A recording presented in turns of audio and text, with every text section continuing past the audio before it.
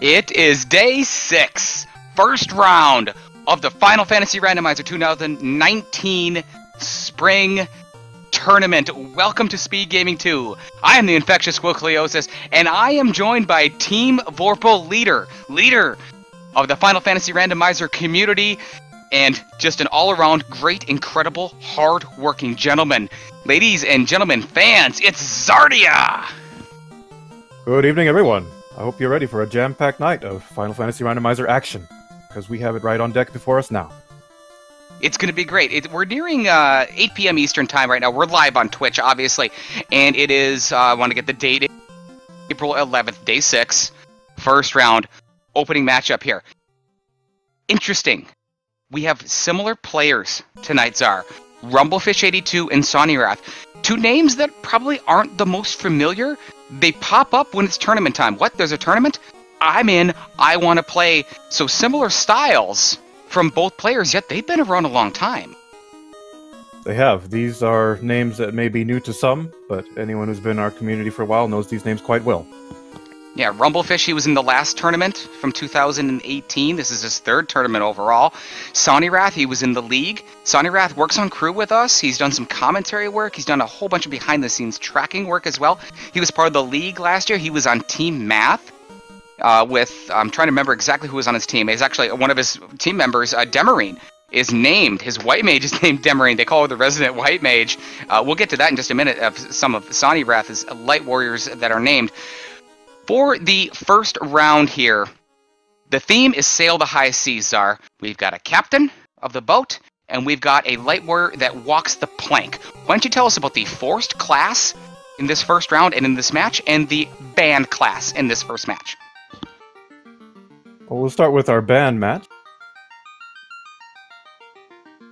For this round, we're going to be seeing none of the thief, sadly, so a lot of these dives are a lot more risky, because you do not have that thief with you, you don't have that extra run chance, and our class that is mandatory for this run, as you can see from our display here,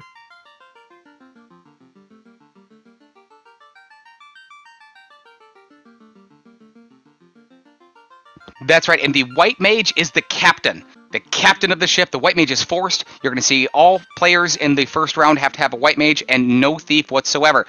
Flag set is built upon basically 3 things. A free canal that opens up the entire world. 2 loose items out in the world. Almost always guaranteed. Certainly almost always one of them as well. So we're going to have to do a lot of searching.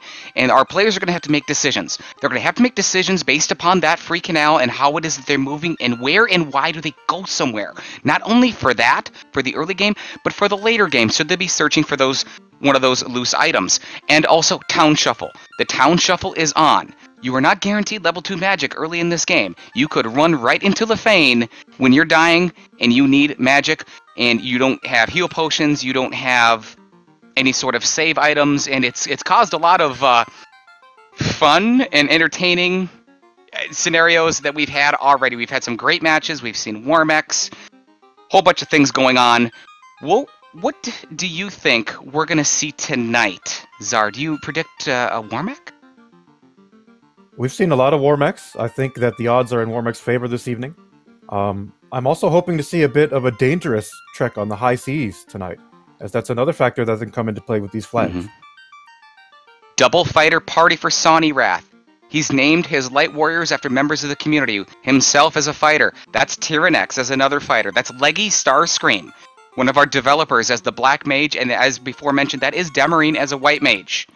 Rumblefish goes with a standard rainbow party fighter and 3 mages, a red, black, and white, and we are off. Just seconds into this match, we're going directly on Rumblefish is going to the black magic shop. And not bad. Fire 3 and Brack over in the white magic shop. Ruse and Heal 2. Not bad, Czar. We get Brack to, do some damage, and Fire 3 to take care of large mobs of enemies. That's correct.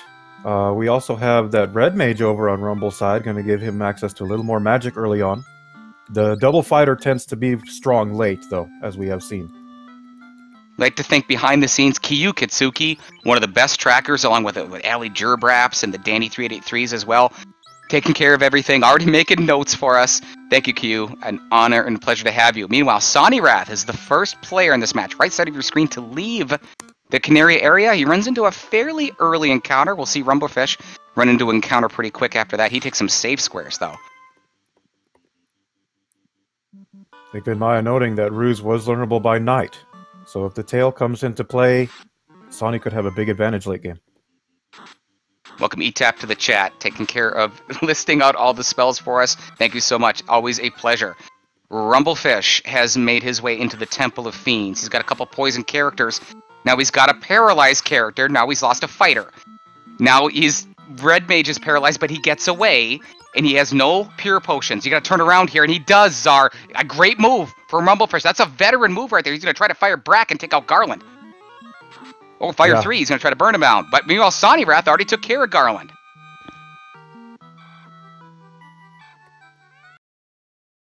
Good job adapting there by Rumble. He could have lost a lot of time here. Instead, he's right behind Sonny. Princess Sarah hands over the canoe for a form of transportation, and the King of Canaria hands over the crown. Here come the decisions. Czar, what are you going to do, and where are you going to go? You can see Sawneyrath can't really, doesn't really know what he wants to do. Looks like he's going to head towards Matoya's Cave and its 3 chests, and potentially the shuffled town of the original Provoca. This is what most players seem to do. Is this what you like to do in this flag design? This is a good move. You want to prioritize towns in these kind of flags. As natural, you can find that warp, you can find that AoE you need. You can find any number of things, armor that can come in handy. Tents that could be much cheaper than cabins. You really want to find as many towns as you can before you start digging too deep anyway. Possibly towns that have key items. Bicky the Pirate, maybe Crescent Lake. Instead we find the new on-rack in the old Provoca. That's the vendor item. The vendor item is the tail, about 40,000 gold. That's for sale. You can see Sawneyrath kind of pausing a little bit as we sync the streams. You know they took the time to write down this town and that sort of information, and he went right there to look for save items and heal potions as well. He's probably taking that in as well, just like Zardia said. Yeah, probably making sure not to miss that. Want to make sure that your gold count is right when you do return here. I do think we'll be seeing a class change for Sawny and possibly Rumble as well in this run. Rumblefish is going to relax a little bit outside of Canaria. He's going to go back in and save. Low gold totals. I don't think either player got a chance to check those chests in the Temple of Fiends. I don't think Sawneyrath did, Kyo, did he? I don't believe... I know Rumblefish didn't. And he doesn't care. He's already headed west. He's looking to get those 2 chests in the Dwarf Cave and potentially turn in that crown. Early divergence post-temple here. Neither did. Thank you, Lord of the Synth in chat. I didn't think so. Sawneyrath is turning around. He decided not to reset after the information that he got. We'll see if he walks towards Matoya's Cave. Question in the chat about the Warmech streak. I believe we did get through 1 yesterday without a Warmech, so... I think we got all 3. Falconic, it ended at 8. I think it ended at 8. I know Falconic was on that. Sonny finding some ice armor. That's a very good pickup for an early night. Yeah, 6,000 gold as well. And a white shirt was hanging out in those 2 chests in the Dwarf Caves. You like to have the white shirt, you'd like to have money, but white shirt's going to be very important in the endgame. It is. It boosts that entire party. Absorb with a few stacks. Can be very critical against a high attack fiend. Rumblefish is going to take a shot at Astos. He finds out the information that the bottle is the item that Astos will give. But now he's got to get through Astos. He's going to try to use that newly found white shirt. And Astos has Trance. It gets 2 warriors, but not the Black Mage Czar. He's got to get initiative and get the Fire 3 off, and he got him! That's clutch there. He could have lost quite a bit of time. Good damage roll on that Fire 3. That's huge. I think Rumblefish has save items. We'll see if he gets out of here and saves. He'll add the bottle to his inventory. Once again, we are syncing up the streams, fans. That's the quick pause. Sawneyrath picks up his white shirt. Fish does not have save items, it looks like. He was checking his spells. He's trying to get to the Shuffle Town of Elfland. He's going to try to save.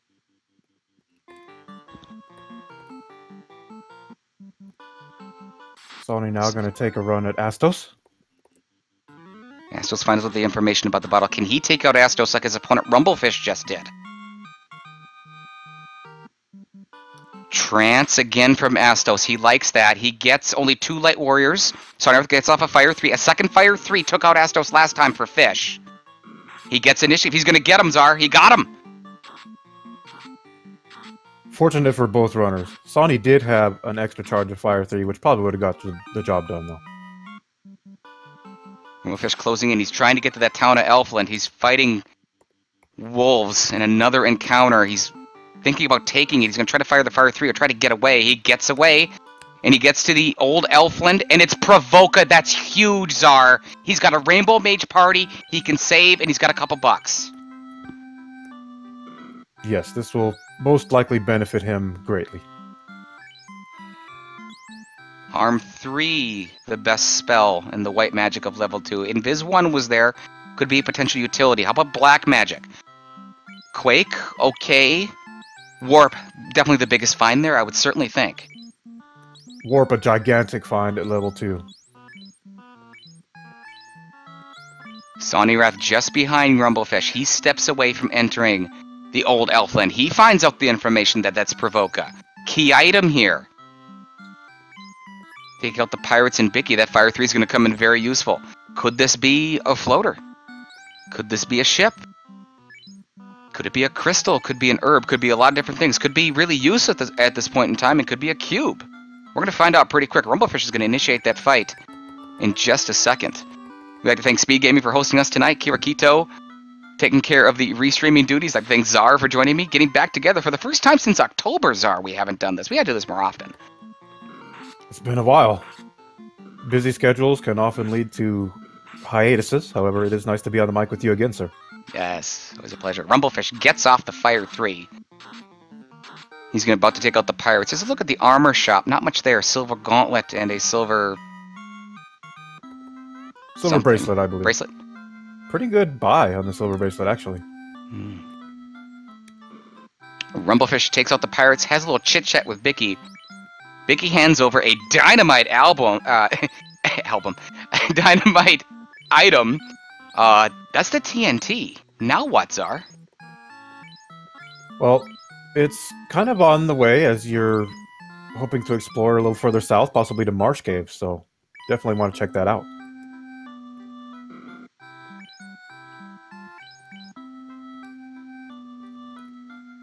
Sawneyrath picks up his TNT. We are dead even so far. Same spell, same money, a little bit different character and light warrior adventure. Rumblefish is the first player to leave the old Elfland, shuffled to Provoca. Sawneyrath is doing some sightseeing in Elfland Castle real quick, sees it, got a picture, and he leaves. He pulls ahead of Rumblefish now. He's not turning in the TNT.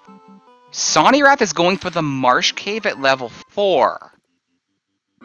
You have 2 fighters, you have some Fire 3 charges. You're going to need some luck, but this is doable. Sawneyrath heads directly south towards an incentivized item that's down there.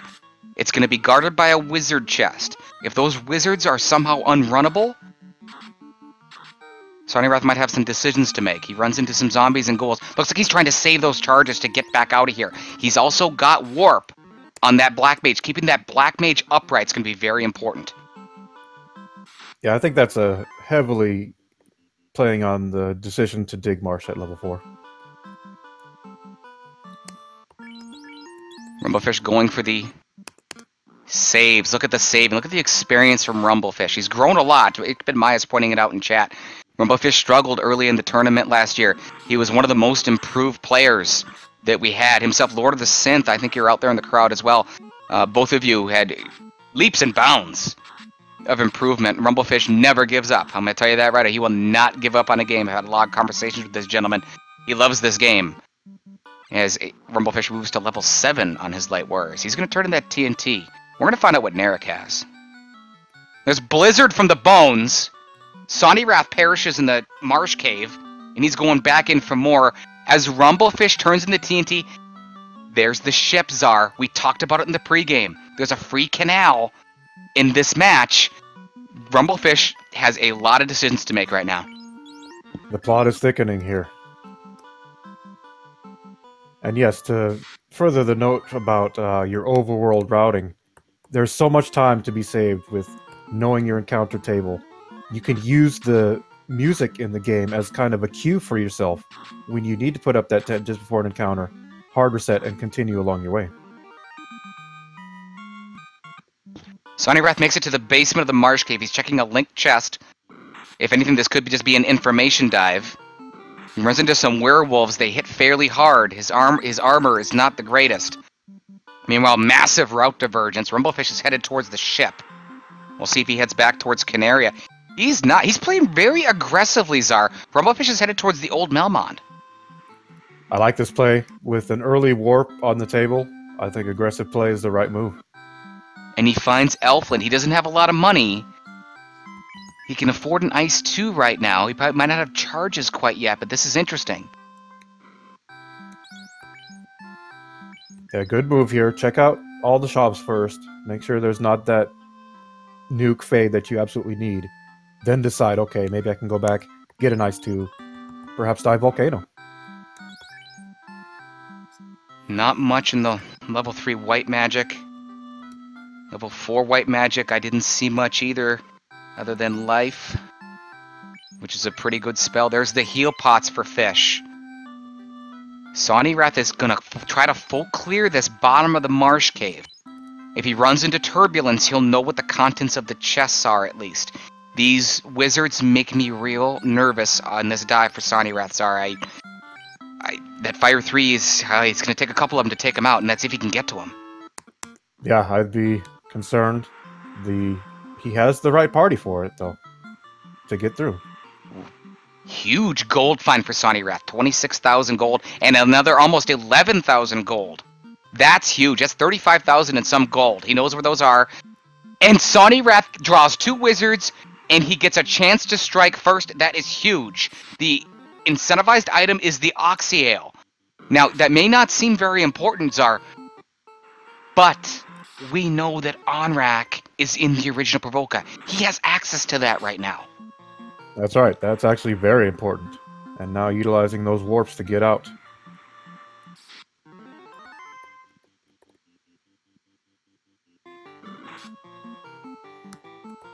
And going with the full clear, not wanting to come back to this Marsh Cave at any point. He does definitely not want to do it. He's got a lot of money, and he picks up the Oxyale. Meanwhile, Rumblefish is in his ship. He's going to start sailing the high seas, as is the name of the theme of the 2019 tournament. He heads back, saves in Provoca. He's going for the Marsh Cave.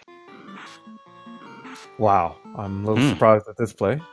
I am too, but maybe he feels comfortable with it. The Fire 3s, he's going to be at a little bit of a higher level than Sawneyrath. Sawneyrath is closing in. He's just going to clear this out. If there's nothing in the top of Marsh here, there's only 4 chests. He can just hit reset and be on his way.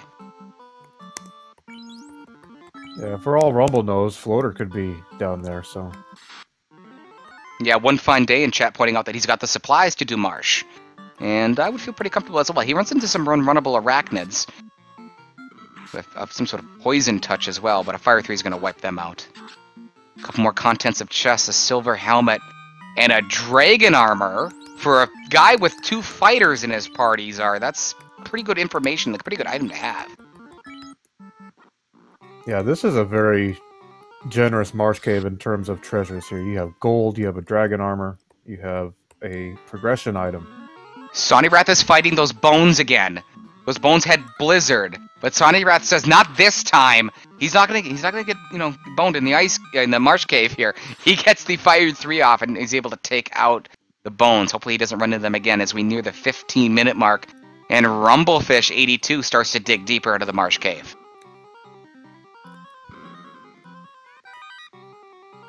It's like Sawney did not have a house, so going to have to walk this out instead of warping. There's the bones again. He doesn't have pure potions either. This is a critical juncture. There's Stinger from the bones. That's the least of his worries. He's going to use a Fire 3. It's going to get most of them. I don't know if it's going to get the crawl, but it does. Sawneyrath playing real well here, Czar. He's making lots of moves, playing very aggressively, very risky, I would say. Bolt Runner's aggressive here early. There's the bones again. They keep using Stinger. Blizzard is their second skill, and Sawneyrath gets away again. Sawneyrath is out of the Marsh Cave. He's cleared it. He's got the tents and he saves. He's headed back towards the original Elfland. Rumblefish picks up his 11,000 gold. We know there's about 25,000 gold nearby. Nothing too dangerous in Marsh Cave. Well, other than the bones, they had a second skill that would have wiped them out. But we've picked up the Oxyale. We'll see if Rumblefish can get in there and get it out. There's the 26,000 gold. So with Oxyale, Onrak, and Warp on the table, I do believe we'll be seeing some mermaids here before too much longer. If they continue this aggressive play, which I like, I love seeing this. I know you do too. That could be definitely an option. What Sawneyrath has not done, though, and does not have access to quite yet, is the ship. He has not turned in that TNT. We had a player who won his match, Shadowwalker227. Most recently, he took on Mama Duck, Moist Mogwai, and gosh, he had the herb in his inventory for about an hour and never turned it in. Could this be a situation to where he's got it and forgets he has it? We all make that kind of mistake. Where Sawneyrath goes next will tell us that story. We'll see if he heads towards the Dwarf Cave. He is not! Oh my, Czar! Could be a significant factor here should the floater not be found in the southern continents. Rumblefish has lost his Black Mage in the Marsh Cave. He loses those warp charges. He's going to try to get away from the bones. No, he can't. The Harm 3 is not going to take him out. But a Fire 3 will. Not. One more round to take out the Crawl. Sawneyrath is making his way towards the original Crescent Lake. Shuffled Talons. Could this be Crescent Lake? Could it be... Yes, it is. Key items are... This could be the floater. Entroper. This is vanilla. There'll be a key item with the Circle of Sages, as well as pure potions that Sawneyrath decides to pick up finally. Heal pots, tents at 19 gold. I love seeing tents early, especially at that price, and I buy a whole ton of them that I'll never use. Yeah, as I aforementioned, the cabins are a little bit on the pricey side, and so the tents are a much better option here. Yeah. Silver swords are a little pricey. I think Sonny's hoping to find maybe that ice flame sword. Rumblefish perished in the Marsh Cave. He's Level leaving. 6 magic. We have Life 2, Bane, and Fast. Fast, pretty good spell. What was the slot? What was the first slot? Fast? First slot was Bane. No, Bane was second slot, excuse me. Okay. The first slot of level 6 black magic, a promoted red wizard will be able to learn. Meanwhile, Sawneyrath makes his way to the Circle of Sages, who are apparently off their medication. Czar, did you do this? We have some confused old men. It's an epidemic that's happening here in the FFR spring tournament. Sawneyrath talked to, I think it was Ikben Maya that I saw. Ikben Maya handed over some goods. It was the ruby. The ruby has been found and located. Meanwhile, Rumblefish, after he perished in the Marsh Cave, says he's out of here. He's headed back towards the original Elfland. We'll see if he heads this way. Meanwhile, Sawneyrath is going through the river system. Is this Ice Cave, or is this back to use the Oxyale, Czar? What do you think? Appears it might be an Ice Cave move here. Wanting to see that item. With Warp on the table, I mean, it's an okay play, but with 2 items to turn in now, I got a bad feeling in the pit of me gut if Sarda ends up having that floater. Rumblefish is headed back towards the original Provoca. Without the Oxyale. Question chat from Kyton. I did not create this scene. I also had nothing to do with this. It's a mystery. Our resident restreamer, I believe, was the one who rolled this scene. He was also very busy this evening, so can we please get some love in the chat for Kirito? Yes, thank you very much. 20 minutes. Sawneyrath has entered the Ice Cave at level 7? I think? He's armed with Fire 3s and some Warp. Not a lot of firepower. He's going to run as much as he can. He's getting good turn order, but he's not quite getting... But he is getting mummies with trance. That's huge, Czar. That's good to know information, but not good information to know, because mummies are all over this game. I mean, they're in a whole bunch of dungeons. They are. I'm having flashbacks now to my journey through the ice cave in which I had trance wizards. Ugh. And I think Sawneyrath got ambushed as well. They could have an ambush rate this formation. I mean, mummies, they show up in Waterfall, Ordeal, Mirage, Earth, Ice. Granted, you have the spells to deal with them, so it's really all going to come down to initiatives and if you can avoid that trance. Volcanic in chat telling Rumblefish to go to Sarda. He can't quite go to Sarda yet. He's going to get the Ruby at this point. He's headed towards the original Crescent Lake, which was shuffled to Crescent Lake, I think. He's headed a little bit north. We'll keep an eye on that to pick up the Ruby. Reset from Sawneyrath. This is round 2 in the Ice Cave. Zarya, am I going to have to start making notches in the wall? Especially when wraiths have Blaze, and they like to use it. Oh no, it's round 3. I did like 4 dives. This is terrifying at this moment. Those wraiths are going to show on that trap tile, and they're on this floor, Zar. This is a risk. We're starting to get really risky now. At this point, this is where you have to start thinking about checking out the encounter table and finding out if you can get a manip to minimize your steps to get out with just the bare bones items you need. Sawneyrath finds out that the Frost Giants have a spell list. And possibly skills as well. I believe it was like Cure or Heal and then Slow. There's Ice 2. Ice 2 devastating Sawneyrath's party. He's already lost the Black Mage. He's gonna keep going. No, he's not. Round 4, Sawneyrath, Ice Cave. Oh, I feel for you, Sawney. This is exactly what happened to me.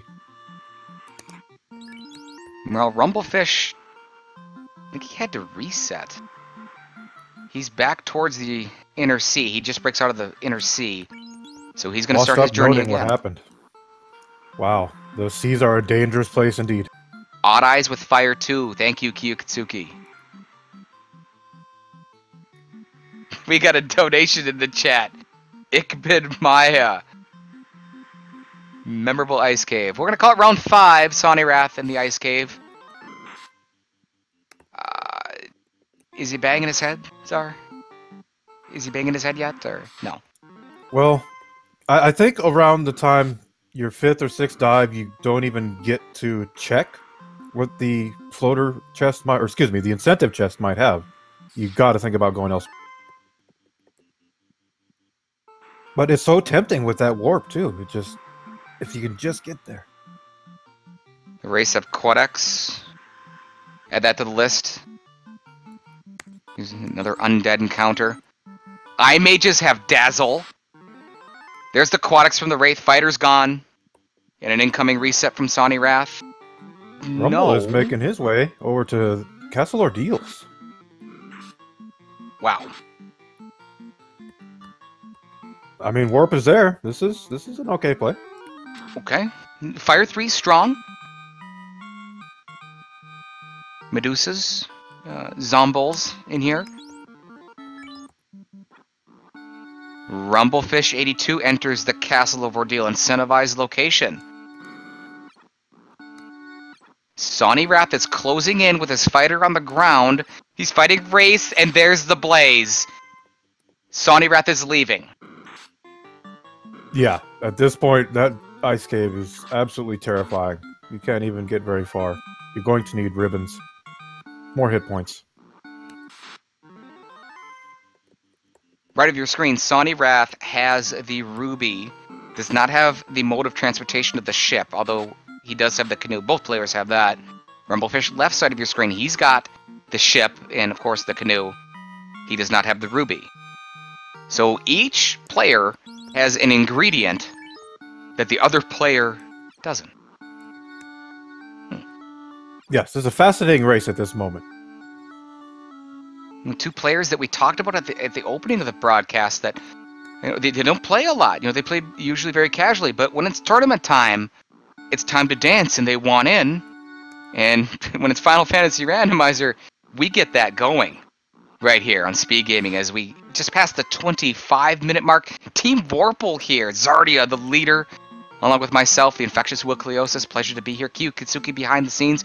Not a member of Team Vorpal, not a member of really Team anything. He really a let's get the job done kind of guy. Gotta respect it. Thank you very much. Team Vorpal representing the chat.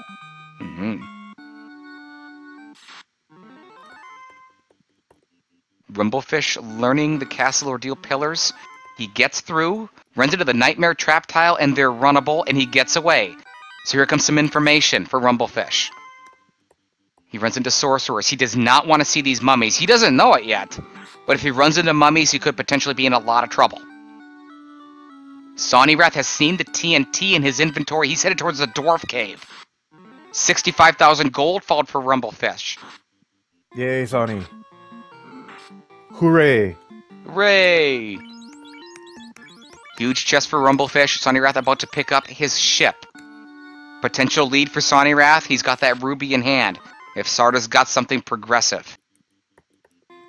Yep, more answers about to be questioned here very shortly. Rumblefish is taking on this pack of sorcerers. I thought this was runnable. Oh, they're weak. They have about 90 HP at max. A Quake is never gonna work against these guys, essentially. He's gonna use another Fire 3. He's got 2 left on both his red mage and his black mage. That's gonna take out the sorcerers right there. 1 left on the red, 2 left on the black. He's got warp, but he can't warp out of here. He's gonna have to go through that zombie dragon fight. Pro Ring, a good find. His first piece of armor equipped for Fish. And he picks up the slab. Can he get it out of here? He gets both zombie dragons. He elects not to run. It is runnable. He can fire a Harm 3 and 2 Fire 3s to get out of here. And they have got Glance, but it might not last very long. I like taking this fight. He decided not to run. He takes them both out. Glance a bit scary. Definitely not grindable material. Good experience nonetheless, though, for him.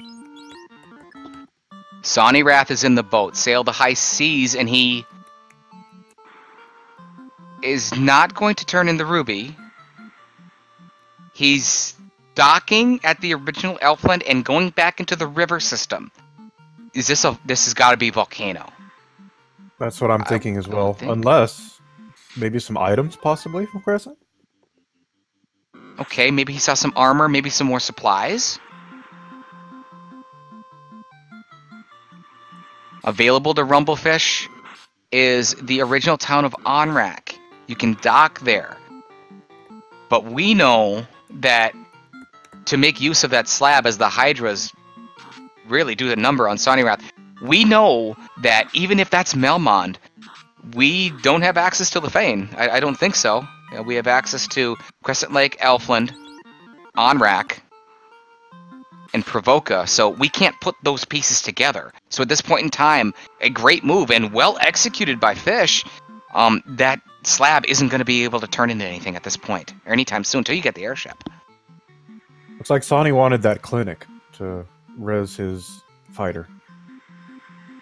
And yes, we have Lufane location and Gaia location currently off the table, so we know that these 2 towns are going to be off the table until the floater comes around. And we know what they are. We know that they're Melmond and Lefane. By the process of elimination, I believe. Well, there's Gaia as well, excuse me. So Gaia's still on the table. Yeah. Fish has the money now. He picks up Exit and Life. Exit's going to be Red Mage learnable. That Life 1 spell, however, is going to be White Mage exclusive. It's in the 2nd slot. Nuke at level 4. There it is, available in Melmond. It's Nuku. That's huge for Rumble. Sawneyrath has made his way into the Gurgu volcano. He's got access to warp, runs into some unrunnable mucks.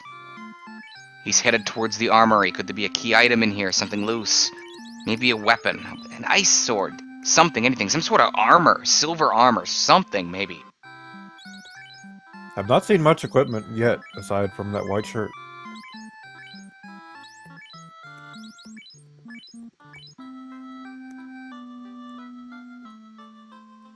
Sawneyrath taking out the mucks. Couldn't even hit him. They were trying to run a muck of Sawneyrath, and they couldn't get that done. It's level 7 for Sawneyrath. We believe Fish is right around level 11. So levels in HP and spell charge lead to Rumblefish as he jumps back in his boat and continues to sail the high seas. I would think the original Crescent Lake might be his next destination. Appears to be headed there, yes. How about these matches, Czar, so far? We've had some upsets. We've had some excitement, close finishes. And you know what else we've had, Czar? A whole ton of fun so far in the 2019 tournament. And we've just started. Yes, this is only the first week. We've seen thrills, chills, and spills. We've seen war mechs. We've seen close races. We've seen blowouts. Some of our winners that have moved on so far to 1-0. The Enforcer, Falconic FF of Team Vorpal. Shadowwalker227. Edgeworth, the defending champion. A popular pick, Czar. Crab Cakes is 1-0. One Fine Day also. And Doogie MacGyver is 1-0. Big win yesterday. Congratulations to him. His first ever tournament. Yeah, Denmu. both sides, 1-0, both loaded right now in the tournament. As Rumble is making a play at the waterfall here. I love this. Did he check the town of Onrak? He did not. Yeah, he didn't. Nerves? I want to get this going. He just checked it. You see that? He just went to his menu. He went to his black magic. Hey, do I have warp charges? Yes, I do. He might know the encounter table. He just had this huge run. Now, ooh, things are really favoring Rumblefish now. He just got first strike on mummies. He's going to take them out. Going to get a good amount of experience. Going to try to get this key item and get out of here.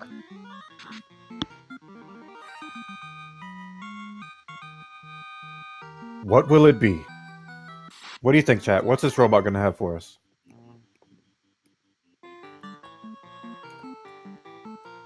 These golems can wall up Czar. Rumblefish's armor is not the greatest. He's going to take the fight. Oh, what's this, though? Oh, I got this little nuke toy. Rumblefish uses it and dispatches of the golems. It's about halfway through the waterfall. Runs into some more. He's going to take this fight instead of running from it. I wish I would have nuke on my diving waterfall. It was a very bad time. Sawneyrath digging deeper into the Gurgu volcano. Fires Brack into a Grey Worm, but it's no good. Critical hit from a short sword doesn't quite make it. More mummies for Fish on the left side of your screen. We believe the mummies are the dangerous ones. They're the ones that can do some damage to you. Wizard mummies can whack you, but it doesn't seem that they have anything too dangerous as Sawneyrath takes out his Grey Worm. Picks up a black shirt. That's pretty... And a light axe. Those are pretty important right now. Yeah, that's going to give him some extra assistance versus those undead in the ice cave.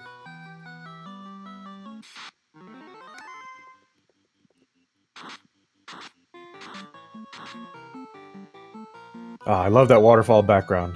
Just oh, it's beautiful. One of the things we take for granted now. We've had it so long. Is our interactive backgrounds. Just lovely to look at. This is trouble for Fish. He doesn't know the mummies are terrible. There's the trance. Non-elemental trance. Danger. Gets two of his warriors. Two of his warriors are paralyzed. There's another trance. His fighter's still standing, but it gets the black mage. This is the trouble. The red mage perishes. And he gets another run. He's going to try to run, Czar. He's got to get away. No! Rumblefish is stun-locked. Rumblefish is dizzy spinning endlessly right now in the waterfall as he's trying to get this key item. The fighter's gone. Black mage is gone. White mage is gone. Rumblefish perishes in the waterfall. Those mummies were not playing around. He's going to have to hope for more birds than mummies in that encounter.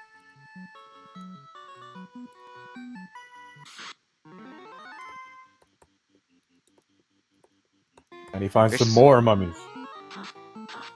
Sawneyrath continues to dig in the Gurgu volcano. Hasn't found much of anything of note that we've got. 173 gold. There's another 11,000 gold. Yeah, light axe, black shirt showing up in the volcano so far. That Light Axe could really help a lot in that Ice Cave, Czar. I mean, pair that with the Fire 3s, the Harm 3. You'd have to get some turn order against those Wraiths. We know Eye Mages have stuff. You know, Quad X and all that. Try to wipe them out before they get you. And there it is! Sawneyrath digging deep, buried deep. Chaos tried to get rid of it. It's the game changer has been found by Sawneyrath. The Vorpal Blade. He's got 2 fighters, potentially knights, to potentially wield the game changer late on in this game. That could be Sawneyrath's plan the entire time. It's a fine selection for your knight.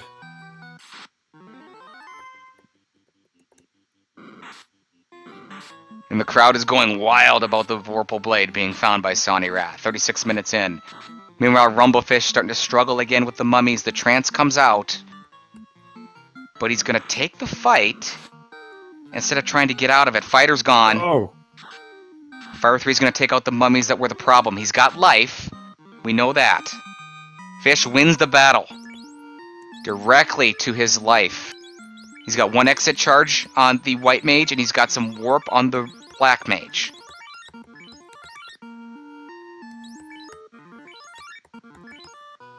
Sawny picking up a house and taking this Agamine counter.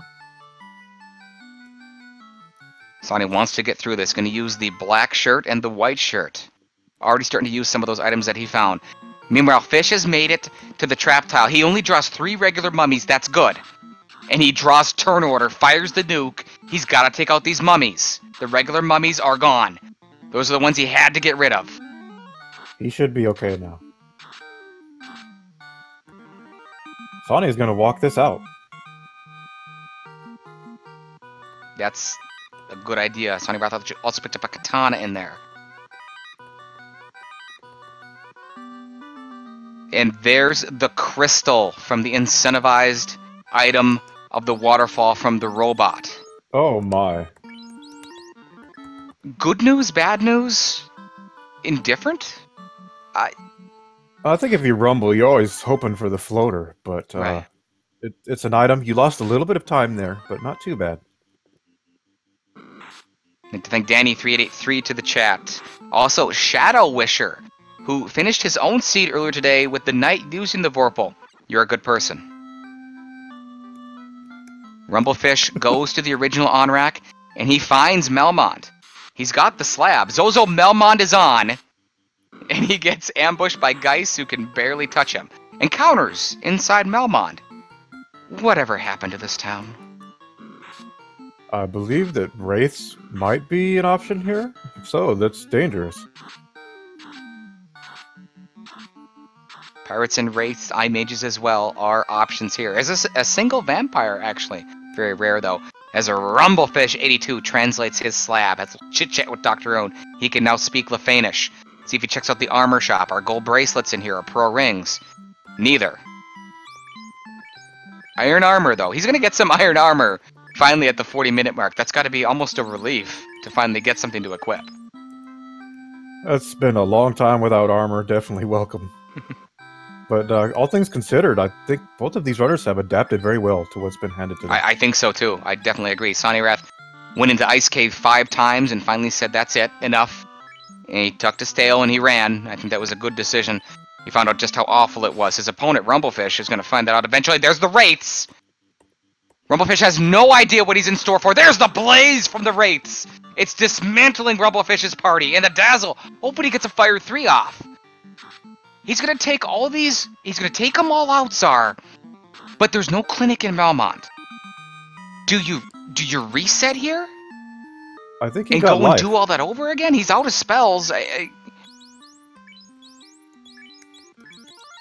think he's out of life charges, too. Reset might not be the worst thing here. It's an option. He's going to heal up. He's next to an inn, but he wants to heal so that he doesn't have any more problems in those unsafe tiles.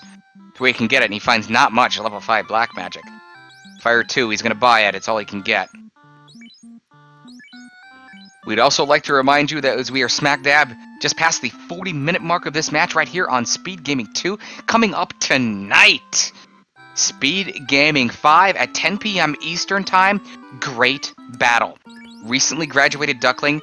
A lot of talk going around. It's Asher 1611. A lot of talk about Asher being a potential arson horse / Will Bloodworth candidate coming up. And he's facing Team Vorpal member, former Duckling from our first Duckling initiative, St. Von Jester. Never played before. That's coming up in about an hour and a half over on Speed Gaming 5. Hype match. Can't wait for that to get going. Welcome PC Bootsy to the chat. PC Bootsy says, Vorpal for life. Good man, my friend. Rumblefish sails back south. He's got the fighter back. He did have a life charge. We'll see if he heads to the original Crescent Lake, where he will find Crescent Lake, and the ruby is attainable. We cleared out the volcano. We did not find any type of loose item. We know that Ice Cave is incentivized, and it's also a nightmare. Yeah, Ice Cave loaded with baddies, including skills such as Blizzard, skills such as, we saw Fire 2, I believe. Yeah, Fire 2, yeah. Sawneyrath leaving the volcano. Welcome and great to see you, Lord Hayati, joining us in chat. It's been a while. Thank you for stopping by. As far as your question in chat, when will Yu-Gi-Oh! Forbidden Memories be on Speed Gaming? The answer is right after Luigi's Mansion. Links to the Speed Gaming schedule are in the chat. Speedgaming.org. You can find the calendar there, all the matches, information about the matches. You could click on this sort of match right here. This is Final Fantasy Randomizer Spring Tournament. You can see the players. It comes up, Rumblefish82 versus Sawneyrath. Great information there provided by Speed Gaming. And all their different games, the All Boards No Swords tournament is going on right now. I think they're in brackets somewhere in there. 32 players left somewhere in that area. I've been watching a little bit of it myself. Rumble's about to make a check into Matoya's cave here. Finds that ice armor that Sawny found about 40 minutes ago. Yeah. 6,000 gold as well, and he turns into crystal. Oh boy. It's the chime. Oh my goodness. So now we have Mirage on the table. The chime grants access to the Mirage Tower. Not to the floating fortress. You can't complete the dungeon. But there's a good amount of chests in there, and we talked about it in the opening. There's 2 loose items out there. It could be the floater potentially there. We've got Oxyale. Well, Sawneyrath has Oxyale out of the Marsh Cave. It could be buried in the accessible sea shrine. So many different options, and they aren't the most inviting I want to go to. I think Sonny was looking for a ship there, and was a bit surprised when it wasn't there.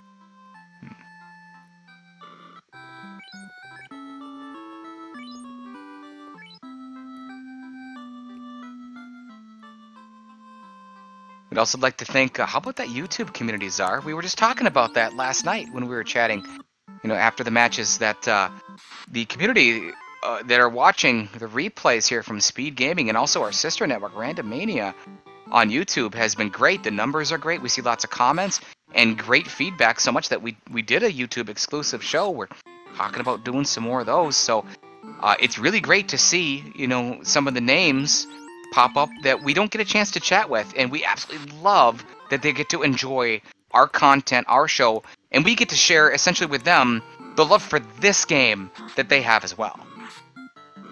Yes, it was a lot of fun, and I know you're out there right now, YouTubers. You're going to be watching this.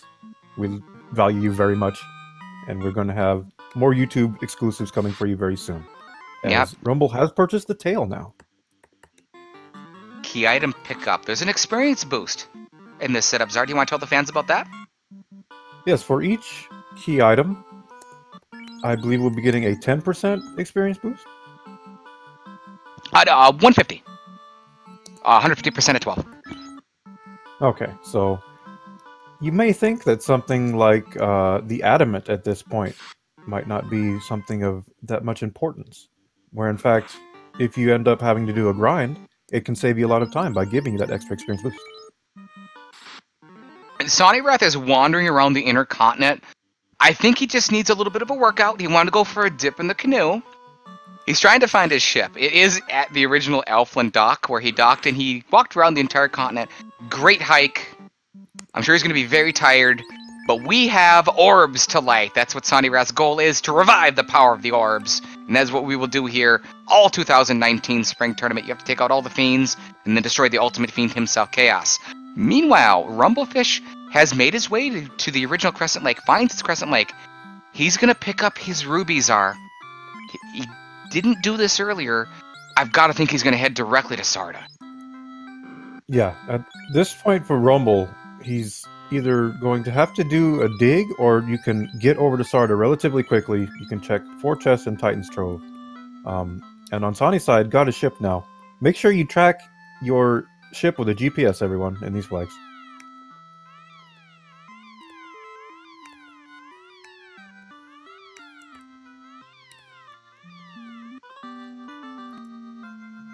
Rumblefish picks up that ruby from Ik Maya. It was Edgeworth over there on the left. He was look at up there in the upper left-hand corner. It was Edgeworth just wandering around. He looks very confused. Speaking of Edgeworth, I'm seeing more of the Edgeworth trend now. I'm seeing a lot of these two-fighter parties. It's hard to argue. This party has been proven to excel late. Rumblefish does equip the ice armor that he picked up from the Matoya's cave. Picking up lots of tents. The growth for Rumblefish. I remember calling his first match back when I was a rookie, and I remember no one knowing my name and no one knew who Rumblefish was, at the time. And I'm like, hey, let's do this. I'm gonna call your match. Tell me about yourself. And I learned all about him. I stopped by and check out his stream, and then he goes away for a little bit. Then he comes back, come tournament time. And I've certainly enjoyed the time I spent with Rumblefish, and he's been playing this game. I can see a lot of improvement in him. Yeah, it's clear. I mean, these runners have not been dealt the easiest seed here by any means. Sawneyrath jumps back into the boat. Sawneyrath is going to be the first player to head towards Sarda. He knows he's got the ruby. He knows Sarda is, of course, incentivized as a main NPC. He did stop off, take a quick break in the field. Runs into some shadows in the field. Gets away as he heads towards the Titan's tunnel. Is the Titan going to be fed, Czar? I believe the Titan will demand being fed, at least if you want to get the Sarda in this seed. The Titan has been fed. Crunch, crunch, crunch. Rubies are my favorite. Sawneyrath is going to... He skipped the chest for just a second. It looks like he's going to go back in. He wants to find something, maybe gain some more information, some money, maybe a weapon that he could use along the way. Let's see, these 4 chests. He finds a ribbon! 3 ribbons in the games are... I asked... You know what I did one time? I got to do a show with our one of our tournament directors, with our leader and designer for the tournament, Tristal MTG. And I said, if you could have one item, and only that one item to get through the game with, that was key or important, what would it be? He didn't hesitate, and he said, give me a ribbon. That's how important they are. Do you want to tell the fans a little bit about, the 3 ribbons in the game, how powerful they are, and what they can do? The ribbons are very important because they take up the head slot of armor for any character, and they grant that character resistances to everything. And when I say everything, that means elemental, that means time, that means death, that means earth. Some of the lesser known resistances in this game, as long as you've got a ribbon, you're covered. Of course, there's always that 3 in 256 chance that it will fail you, but if you don't have a wall, then ribbon is going to be your next option if you're going to hope to survive anywhere in Temple of Fiends Revisited. Sawneyrath turns in the ruby and gets the loot. A great find, required. Nice to have, key item. Not what he wanted. Not even close. What he wants is where Rumblefish is, potentially. The last incentivized location that we know is the Ice Cave, and we know it's pure torture. Rumblefish could potentially move forward. Let's find out. He runs into the mummies with trance, and he's stun locked. Yeah, this is Rumble's first introduction to this Ice Cave. Let's see if he can get through, or much like Sawney, he'll be losing some time here. Yeah, Sawneyrath gave up after 5 dives. He actually got close. He got that good run in the encounter table, and he was actually able to get close to the incentivized chest, but he got taken out by some wraiths. I think this is one of the worst Ice Caves I've seen thus far in these flags. I've seen, I had a bad one. I think Trenton had a pretty bad one too. Yeah, we haven't really even seen anything from the birds. We haven't seen the wizards, Great Peed, Frost Dragons, mages are also in here as well. Like Sawney is going to be sailing here, perhaps making a play at Onrak.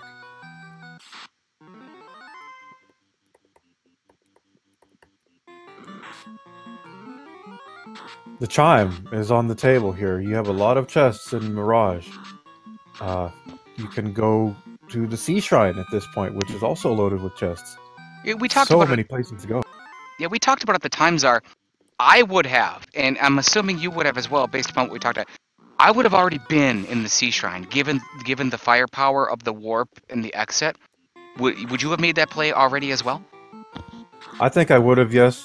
At least, I would have, stuck my toe in the water and found out how bad it is in there. You can get to Mermaid's Floor relatively quickly, and usually make out with a pretty good stash of items.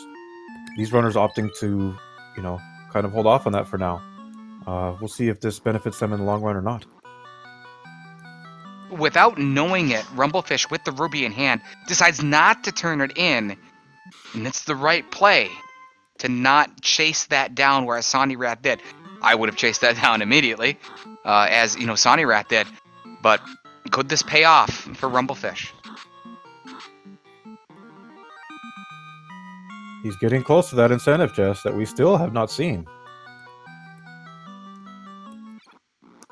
And he's going to find it. He's going to make the warp play here.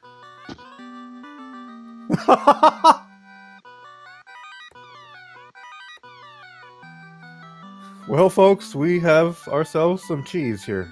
The Adamant is Incentive Ice Cave. Well, the Adamant gets found. Both players starting to close in closer to that 150% experience boost, and that's great, but you want to be in the air. You worry what your opponent is doing. When you start to hit that hour mark and you're not in the air, I start to shake. I start to get just that little bit nervous. My knees start to go. My heel gets up off the ground. This is turning into an egregious fetch quest here. Rumble's gonna try and finish out this ice cave. Yeah, he runs into some frost dragons. Gonna use the fire 3. They're unrunnable. He's gonna have to take this fight twice. It's 1 to 2 frost dragons. It doesn't look like they have anything. They can wallop you, but they don't have much HP. Will, something I'm noticing here, as we find a defense lord and a power bonk. Wow. Oh my goodness.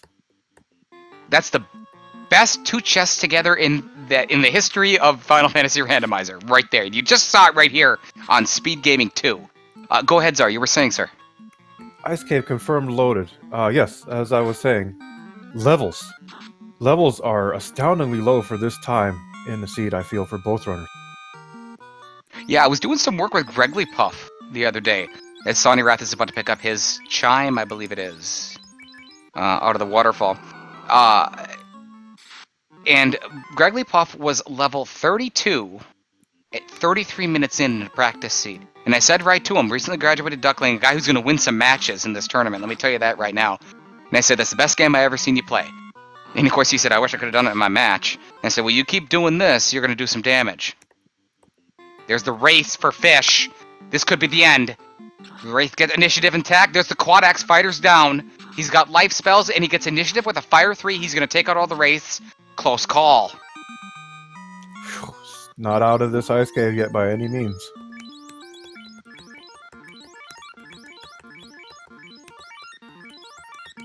Sawney looks like he's going to make a play at Ordeals now. He's going to Castle Ordeal.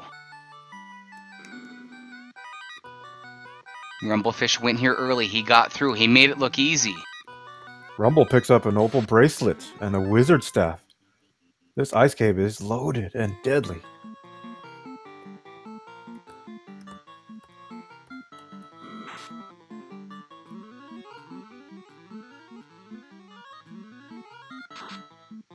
Sawneyrath will find the slab. It's actually going to be useless to him at this point in the game. Could be required later. As he starts to circumnavigate the Castle Ordeal's pillar maze, it is shuffled. And there's those mummies. Gets away. We're nearing the hour mark, Sar. 55 minutes, a little bit of change. I'm trying to ask myself this question. Chat, Czar while you answer. Who's leading? Is anyone leading? I have no clue. Well, we have no orbs. We have no floater. We have explored a lot of areas thus far. Sawny has seen a few things that Rumble has not. Namely, the volcano, I think, is the big difference. Okay. If I were to give anyone a lead at this point, I would give it to Rumble, based upon the chime, based upon the adamant. And what that adamant could potentially lead to.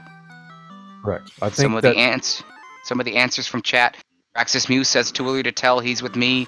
Lord of the Sense says that chat is winning. And the viewers, well, the chat and the viewers always win with Final Fantasy Randomizer. You bet. And we need you, chat. We need you to get in on these polls. We need some more votes from you to decide what's going to go down in the spring tournament this year. Bonus race. First year, I watched it. It was 4 thieves. Just last year, it was 4 white mages. So this year, it's 4 fighters, 4 black belts, 4 black mages, 4 red mages. My vote's in. Is your vote in, sir? I voted for the mascot. I've not yet voted for the bonus stream. Oh. Black belts it is. Opal bracelet. Picked up by Rumblefish. It's loose in the ice cave. He's very close to clearing this, and he does. Rumblefish gets it done. Better levels. You talked about it, Czar. Higher levels, more HP, magic charges. Rumblefish ran it right at the right time. He got a good fortune. You know, he survived some trances. He used the fire threes. He used the nukes. Well played from Fish. Cross ice cave off the list. He's got the adamant. I could only think he's going to head directly back to the dwarf cave. Yeah, he got pretty lucky in there, and now I feel his lead is going to start to build. Question from chat from Pterodex. Did we see the original on-rack? We did. It has been shuffled to Melmon.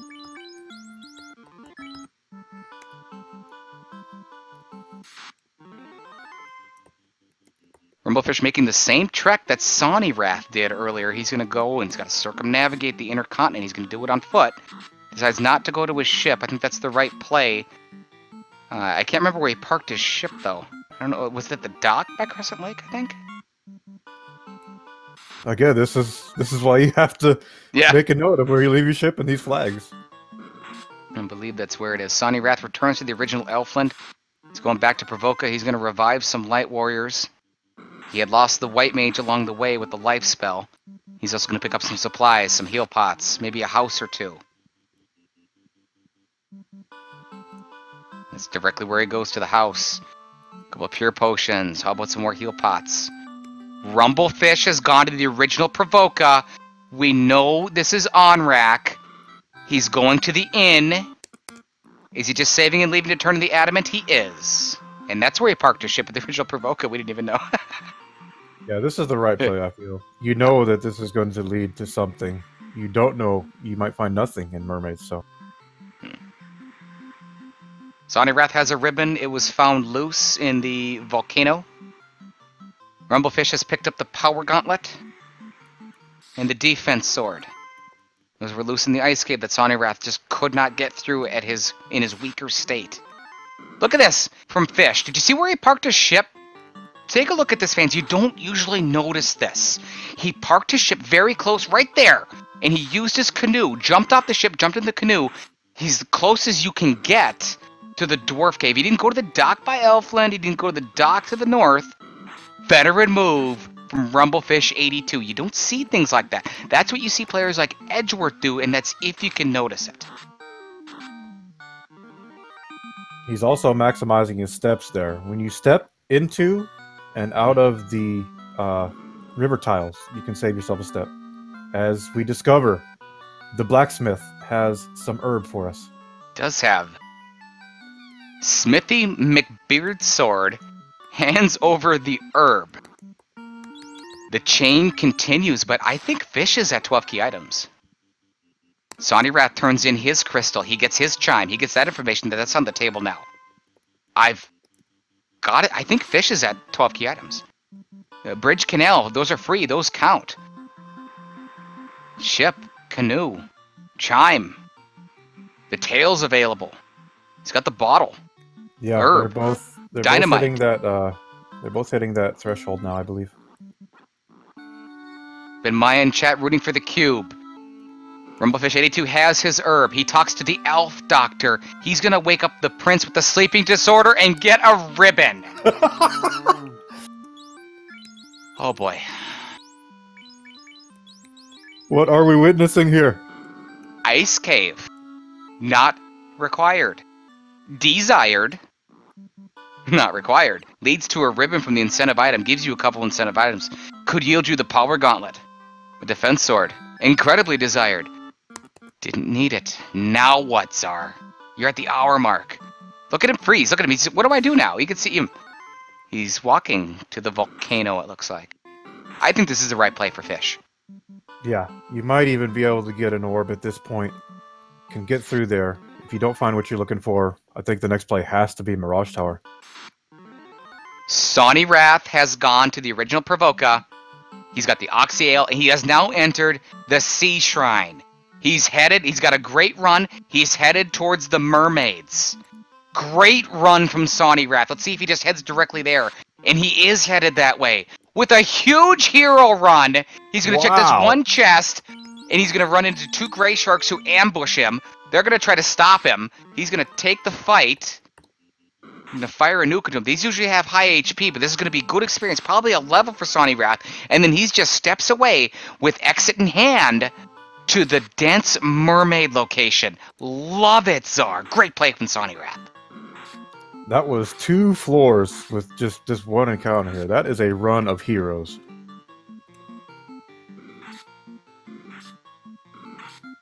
Sawneyrath fires the nuke. The gray sharks are gone. 1800 experience. He gets the level on his white mage.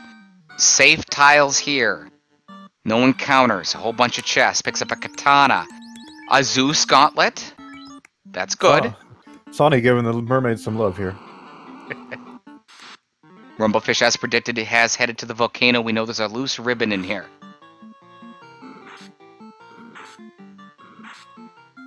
Well, now we're 3 minutes. The clock is starting to tick. When can either of these players get into the air?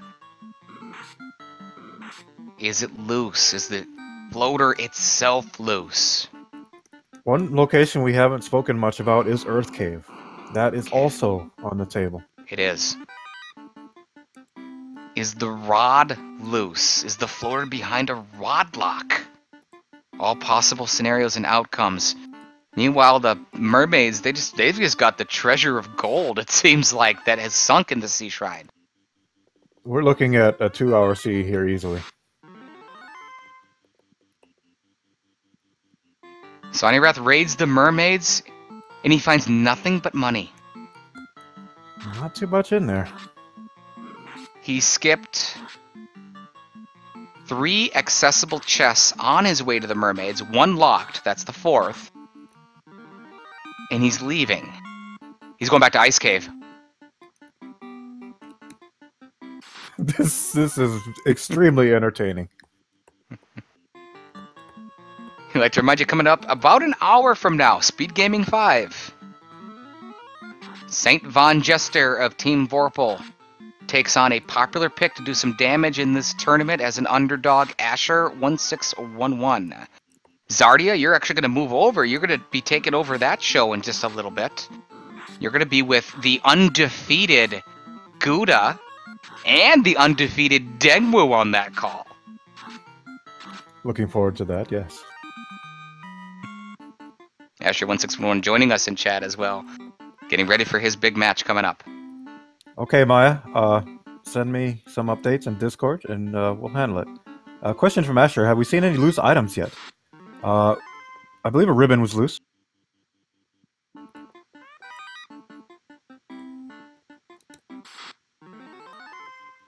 Yes, there is a ribbon. I believe we are most likely looking at a loose floater. Could be. And you just said it. It's Earth Cave, potentially. Yeah, we have Earth. We have the reverse sea room. Sonny did not check any other chests on the reverse sea room. No.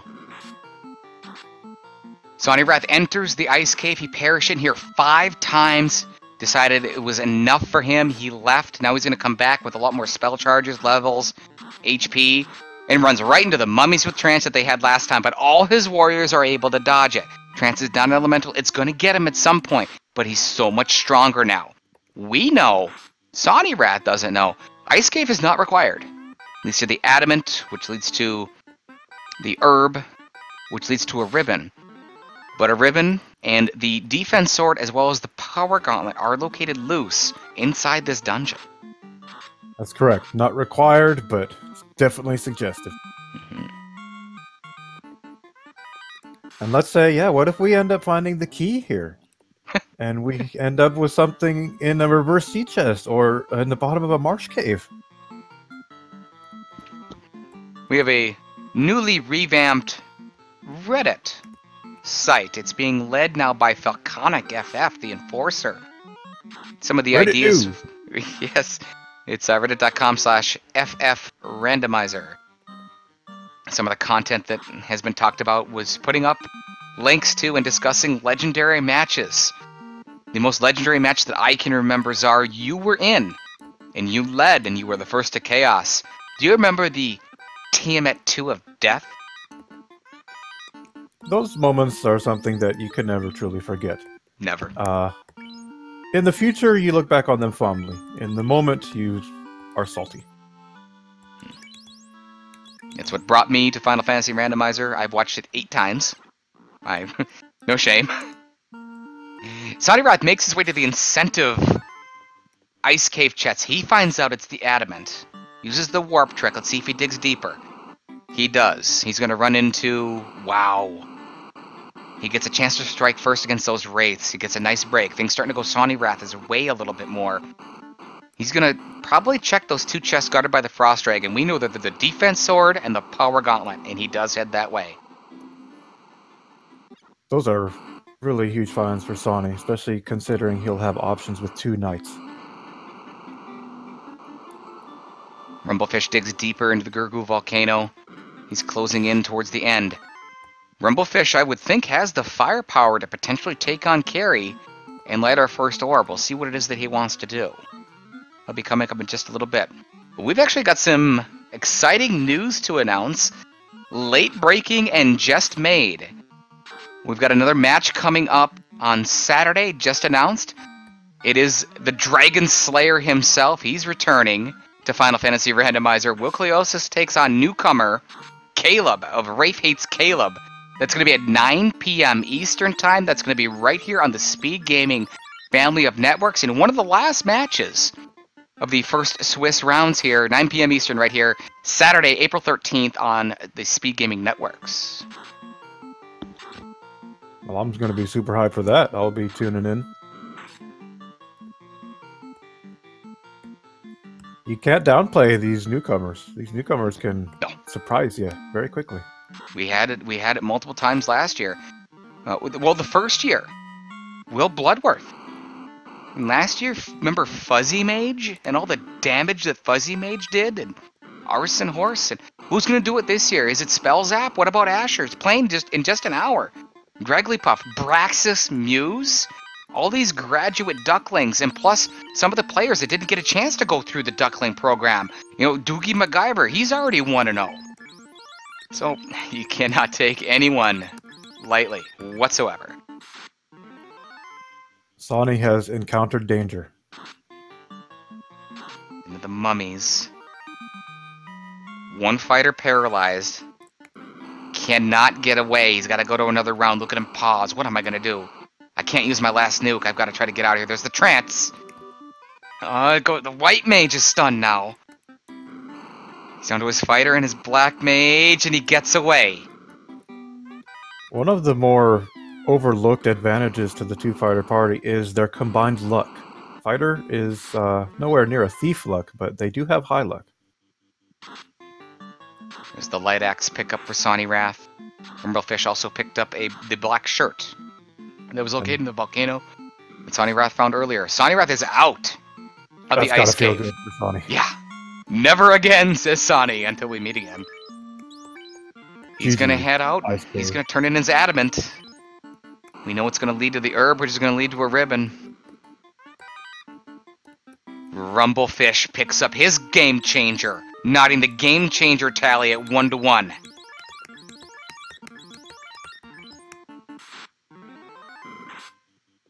I hope Sawney saved. What? I don't think he did, but I didn't think he was in danger. These caribs don't seem too bad, but these river enemies, you know. Those piranhas will bite you. Gonna fire off a nuke to take them out. That'll wipe them. Gotta put up that tent as soon as you get out of somewhere like that. He has not saved that I've seen. Sawney, you're playing with our emotions here. We'll keep a close eye on that. Rumblefish has made it to the floor of carry. He's headed towards that red dragon chest. I've got to think that you do have to check that chest at this point in this game. Yeah, I believe Sawney took a look at it. I don't think it's anything worthy of note.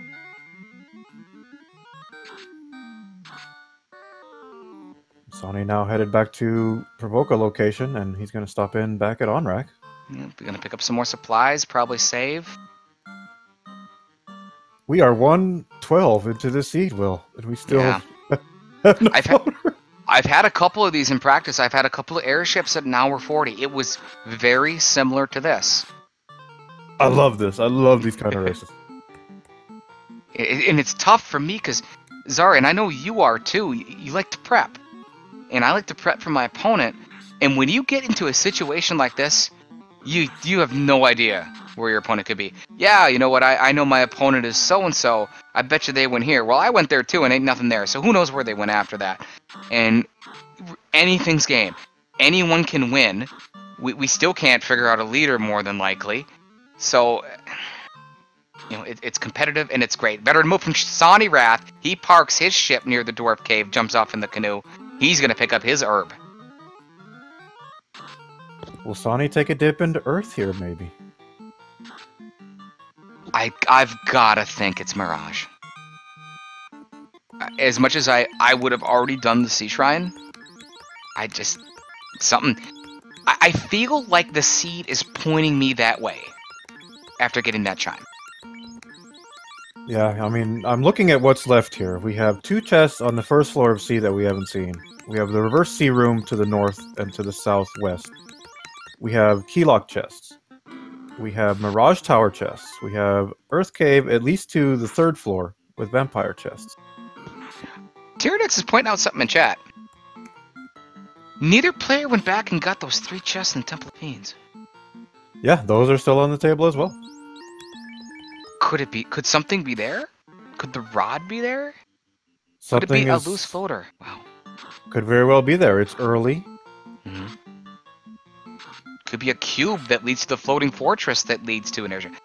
I mean, by process of elimination, we know the tails of Ender item. We know that the ruby was with an NPC. We know that the ribbon came through a fetch quest chain. So we do know that that slab is going to be required. It's going to lead to something. Rod, cube, something along those lines. We think it's going to be one of those two. So airship will be required this seed via process of elimination. So it's not going to be a situation to where you can just sail around and do that. We know we're going to have to translate that slab. And at 1 hour, 15 minutes, we're going to get our first look at a Fiend. His Rumble is approaching carry. Morpheus is about to take on carry. He's going to heal up. He's got some pretty good firepower, some nukes. We'll see how many charges he has. He's got a power gauntlet. As far as weapons, he can't really equip all that much. I think he's got an axe. I think it's the light axe that he's using, if I'm not mistaken. There it is right there. He's going to use the power gauntlet. Leaves the fighter on the top. Going to use a little bit of defense, fire a nuke, and he passes on the wizard staff. He's going to fire a nuke. He's going for damage. There's the first nuke, 158. Carry attacks back, but it was very weak. We'll see if fish starts to go on the assault. Well, that didn't work. Rumblefish82 dispatches of carry. Made it look easy. 1 hour, 15 minutes. 1 orb Rumblefish. Sawneyrath, 0. Paper carry. Question from chat. With a ribbon being incentivized, finding a loose ribbon, how do you know if that is actually your loose item or not? Oh, that's easy. You don't. But once you get a ribbon from an incentivized location, if it's an incentivized chest, such as that exact incentivized chest in Castle Ordeal, or a main NPC, such as the Elf Prince after being awoken, then you know that that ribbon was the incentivized one. Now, if you go into the armory of the volcano, and you get ribbon, ribbon, ribbon, that third one will tell you that that one was loose. If you go into the armory and get ribbon, ribbon, it tells you nothing.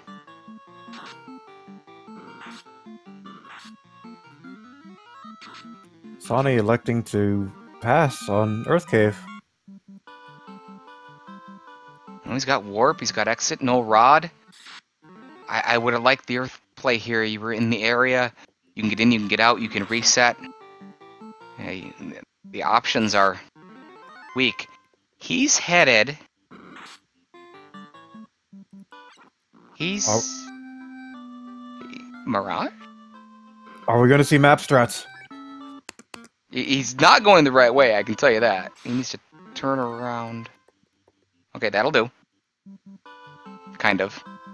He's headed back towards the waterfall area. That's where he's going. Question in chat from Simple Sarah about, can I have a seed where there's 3 ribbons in the armory? You could, yes, depending on the flags. It's definitely possible. I've actually... Simple Sarah, I have actually had a seed, which I still do have somewhere. It was quite a long time ago, where the Titan's Trove, it has 4 chests, had three ribbons. 3 of the 4 chests were ribbons in the Titan's Trove. It is definitely possible. Wow, that's crazy, Will. I never heard of that. Yeah. Rumblefish is returning to the Marsh Cave. He tried this earlier, perished, tried it a second time, perished, had enough and left. We know what is in here is the Oxyale. Not exactly what he's looking for. It's going to open up to more trouble. We'll see if he goes back towards the Sea Shrine, if he can finish this out. But higher levels, I think he's going to make quick work of this. Sawneyrath sailing the high seas. He's headed towards Mirage, Czar. That's what he wants. He's got the chime. Yeah, this is a good play for Sawney. There's a lot of chests in here. A good chance something could be in here. He's got warp. He's got exit. Now he's got a Tyro trying to bash him. Sawneyrath is hungry! No, he's not! Sawneyrath is not hungry. Indecisive. E-Tap is happy. C-Note is not happy. Sawneyrath is our first... Yep, Sawneyrath is our first player to enter the Mirage Tower. It's a quick check, a good amount of chests. Could there be something hiding in here? If it's the cube, I might fall over.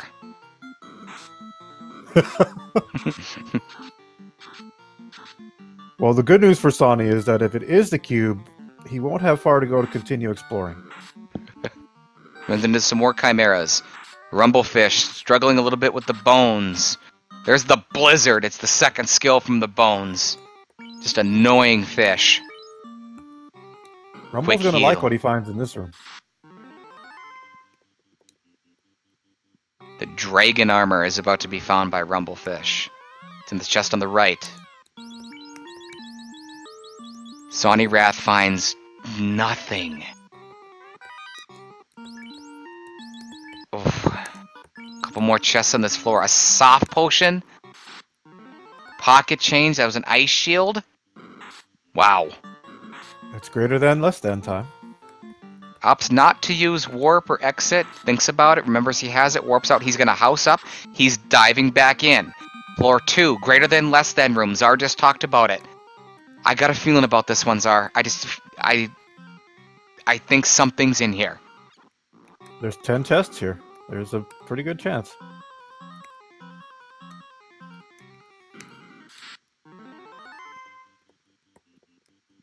If there's nothing here, then we're looking at some pretty sinister chests that remain for this item to be. Kirito rolled this seed, everyone, so We can direct all our blame to there. Yeah, and I've got a little bit of blame also on Mono.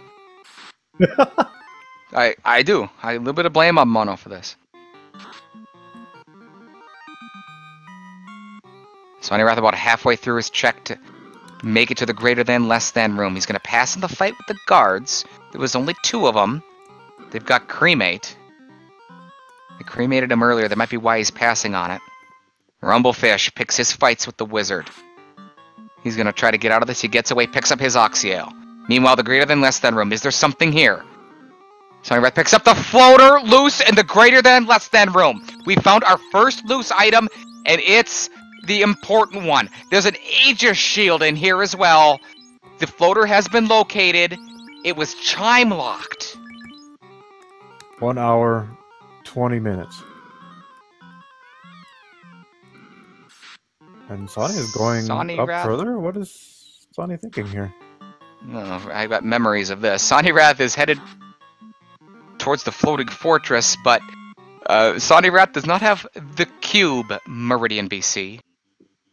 Did not pick up that Aegis shield either, I believe. I thought he... Yeah, I thought he walked away. Is this a potential multiple fight situation, Czar? Looking for a grind, possibly, here? The blue dragon, at this point, they can wallop you. There it is, there's 58 damage, and they have high absorb, they've got evade, and they almost always have high HP.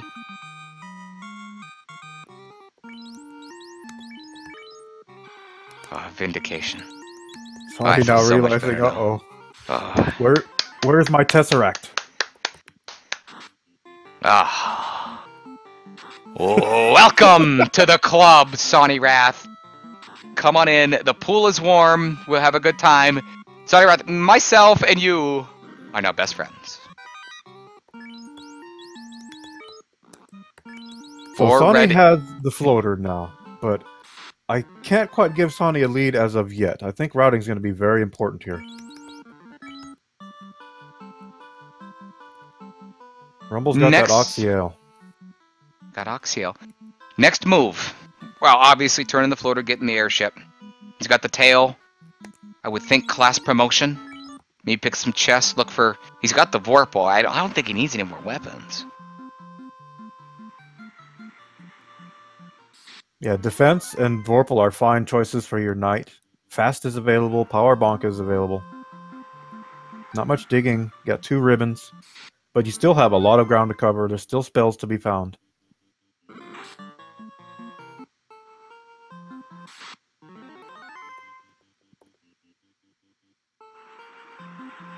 And we haven't even seen Temple of Fiends yet. We haven't even seen barely anything yet.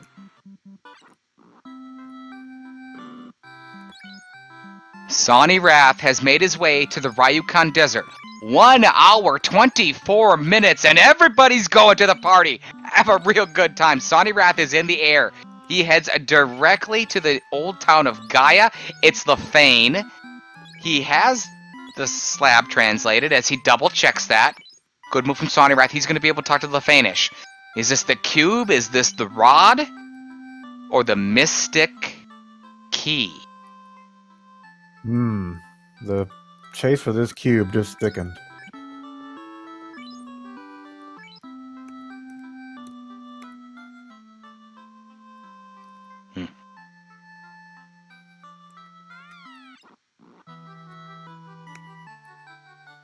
Rumblefish takes the newly acquired Oxyale.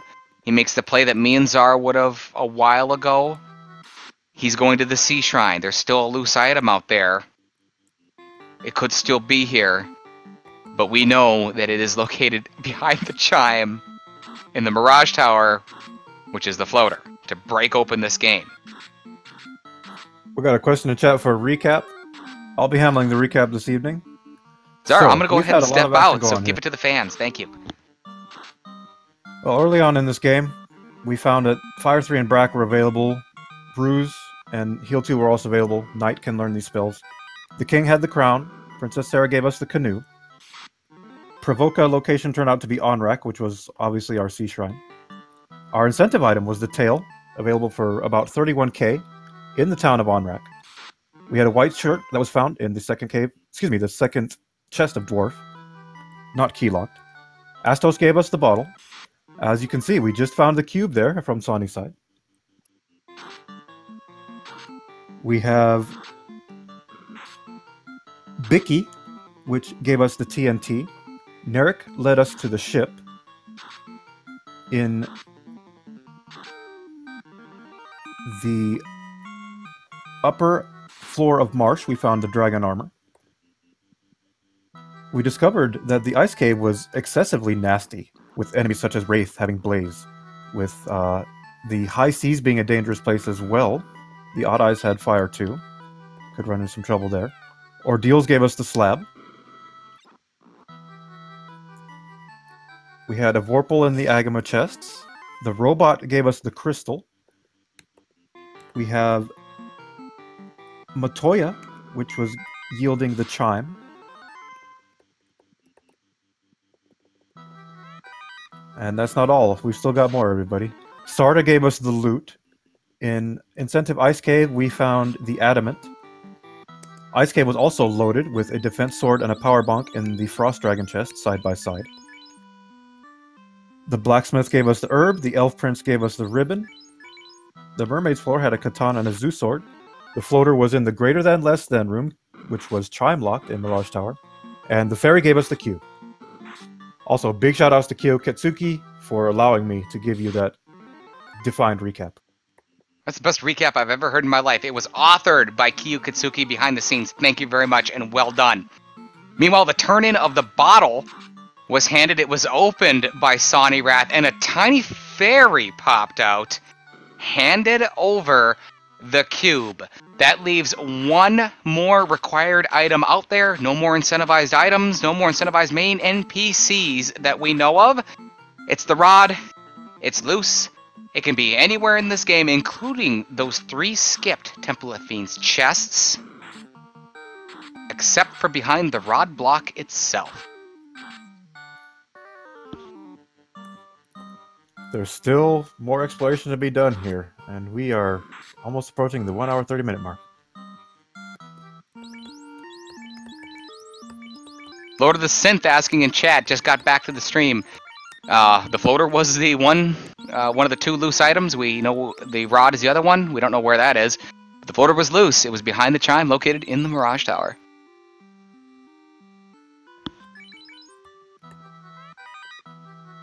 Sawneyrath has returned to the Temple of Fiends. He's got the Mystic Key. He can check all these chests now. There's 6 chests in here. Could this house the rod? We're nearing the 90-minute mark.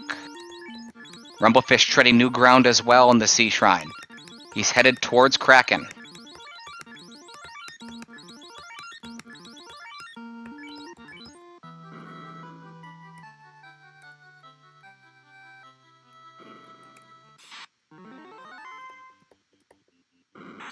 Sawneyrath has class changed. He starts to change around his armor, puts on the black shirt. Runs into some zombies. What's in your head, Sawneyrath, zombie? Black shirt, a fine example of armor.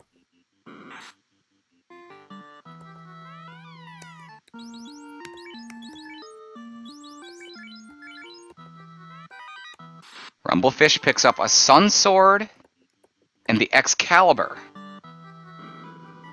No sign of the Mazmoon. Vorpal was located by both players. It was in the Agama area, deep in the Gurgu volcano. Something to look ahead to in this match. Should Sawneyrath pick up the rod and potentially start to step on it, that Excalibur was buried behind a trap tile in the Sea Shrine. Should the Mazmoon not be located, the Excalibur is not going to be the most accessible of items for the endgame if Sawneyrath prefers that. That's true. Myself, as soon as I get a bonk and a Vorpal, I'm good. I don't need Mesa, I don't need Excal. I would like to find a defense sword, of course, but I don't think I would absolutely be committed to it unless I didn't have a Ruse or an Invisible 2 available. And as we know, Knight can learn Ruse in this seed, so... And, you know, I think this kind of strengthens the case for Sawney endgame. With I do. I Brews agree. and a defense sword and a pair of knights. Defense sword is a fine blade. It has a crit rate. It protects you. And it also has some very good offensive numbers. Key-locked Canaria Castle for Sawneyrath. In search of that loose item that's last. It's a required rod. Does not find it. It's got the cube. The floating fortress is on the table. Rumblefish just took out the entire Kraken side. He's taking on Kraken. He's trying to light his second orb and try to take a 2-0 orb lead on Sawneyrath, but Sawneyrath is in the air. Kraken has been dismantled. Squid for dinner. This is compelling here. Like I said earlier, Sawney's been in the air for a while now, but I can't quite say I can give him a lead as of yet.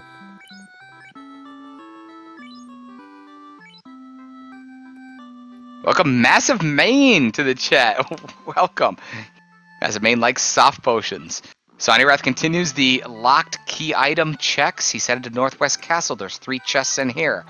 Rumblefish, with his second orblet, is headed towards the mermaids. Sawneyrath did this earlier, but he skipped 4 chests, 3 that he had access to, on his way to the mermaids. We'll see if Fish goes that way. I never would have dreamed that this race would have developed like this an hour ago.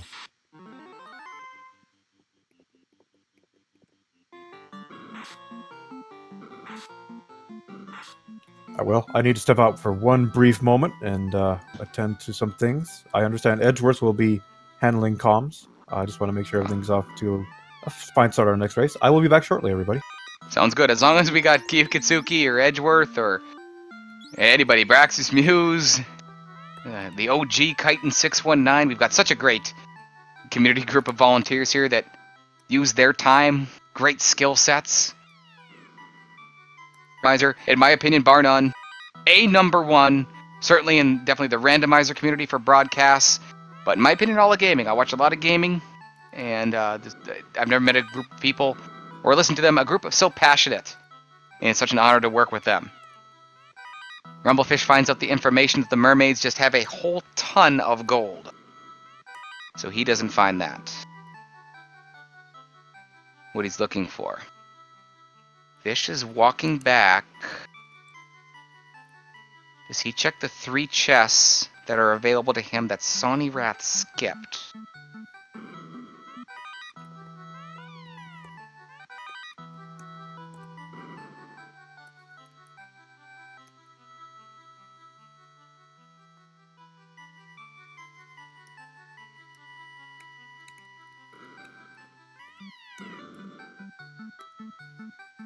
Sawneyrath fires off a nuke into the lobsters. They've been taken out. Level 18 and 17 across the board for Sawneyrath. That's low for the hour 34-minute mark. I think he knows it too. That's why he's taking a lot of these fights. He knows he's got the floating fortress still to go. A lot of experience-rich fights there. Picks up his wear sword, his wooden helmet. Not going to find what he's looking for. Fish already cleared this. Fish is headed to the skip chest that Sawney skipped. He finds 140 gold, and he's running from a great fight. He's running from the big eye and the gray shark, but he's going to take the ghost fight. He's got the firepower for this with the harms and the fire 3, and they're weak. Fire 3 wipes out Rumblefish. He gets up to level 19 on one of his warriors. He's going to pass on a single gray shark encounter. Gets away. Lots of encounters for Fish. He's in that part of the encounter table. Rumblefish heads north. Is the rod here? It is not. It's a cabin. Rumblefish pauses and says, okay, now what? He's not using exit. It's ambushed by some gray sharks. Sawneyrath is in the room. Picks up the Thor's hammer with the Excalibur. He's walking south. He's got the Vorpal in the defense. Critical moment for Sawneyrath. The Mesmon is not available. He's going through his armor that he did not equip and moving things around. Checks a heal pod. He takes the trap. Sawneyrath, it looks like he's going for the chest that will contain the legendary Excalibur. And he's got 2 knights. As we have Rumblefish actually exiting out of the sea shrine and going out into the sea at this point. Rumblefish exits. He's back sailing the seas. 96-minute mark right now. Welcome from behind the scenes, Kiyu Kitsuki. You've been into this match the entire time. You know more about it probably than I do. It's been...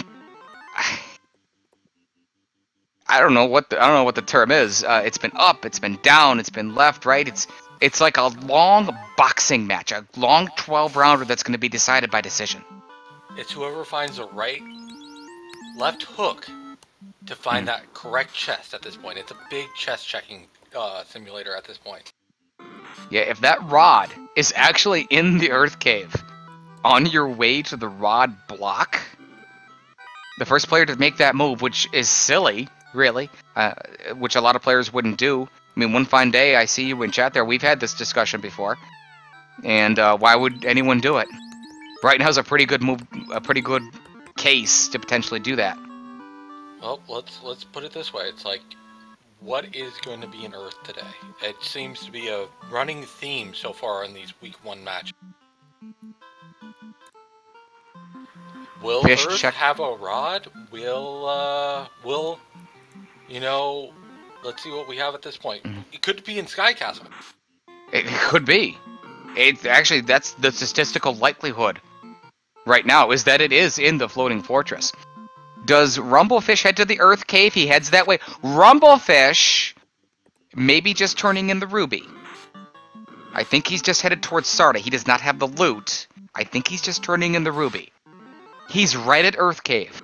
Critical moment for Fish. Speaking of critical moments, it's time for Sawneyrath to try and light an orb. Kyo, you want it? Let's do it. What we got? We got some potential strats here. Gonna go for the Bracken the Kraken strat while White shirting up the entire... What we have Kraken swinging in for 72 damage. Frack hits. Kraken, no, denied today. Instant death is not going to work. 2 hits for 65 damage. We have another defense sword. Getting that defense sword on the knight. Getting it pumped up and ready to go. Another Brack strat coming in. Power gauntlet from the first night. More white shirts coming up. Getting those evasion stats going on as he's going to go for another Brack. And we have another ineffective. It's only a 1 in 6 chance. It's, you know, still decent. 1 in 6 is still decent. But it's still 1 in 6. Critical hit from the Vorpal Knight for 114 damage. Nice shot there. Brack goes in. And we have it. I broke it into pieces. Sawneyrath takes out Kraken. He lights his first orb at the hour 38 and change mark.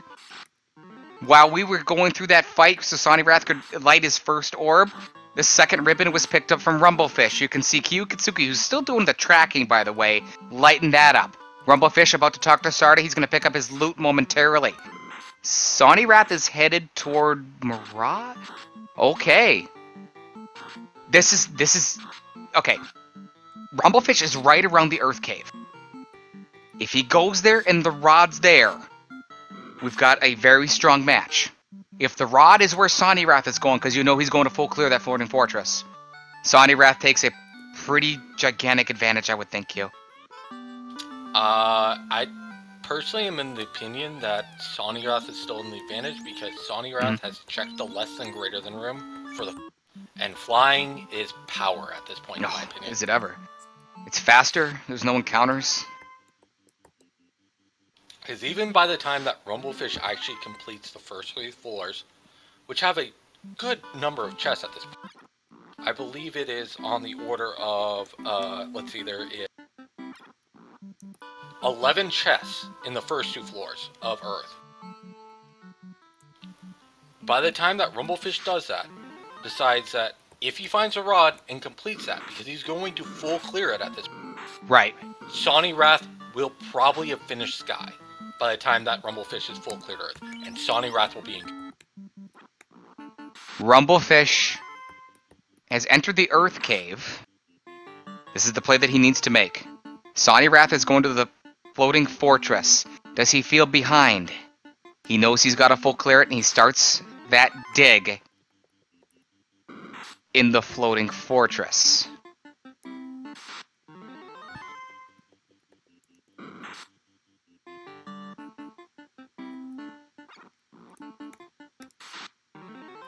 No sign of the Mazmoon. We've cleared a ton of this game. That could be definitely a desired weapon, as Rumblefish is on the 2nd floor of Earth. Checking chest. Did he check the 1st floor? He skipped it. That would make sense. He has exit. Okay. Available very easily, and floor 2 is a lot harder to get to. Did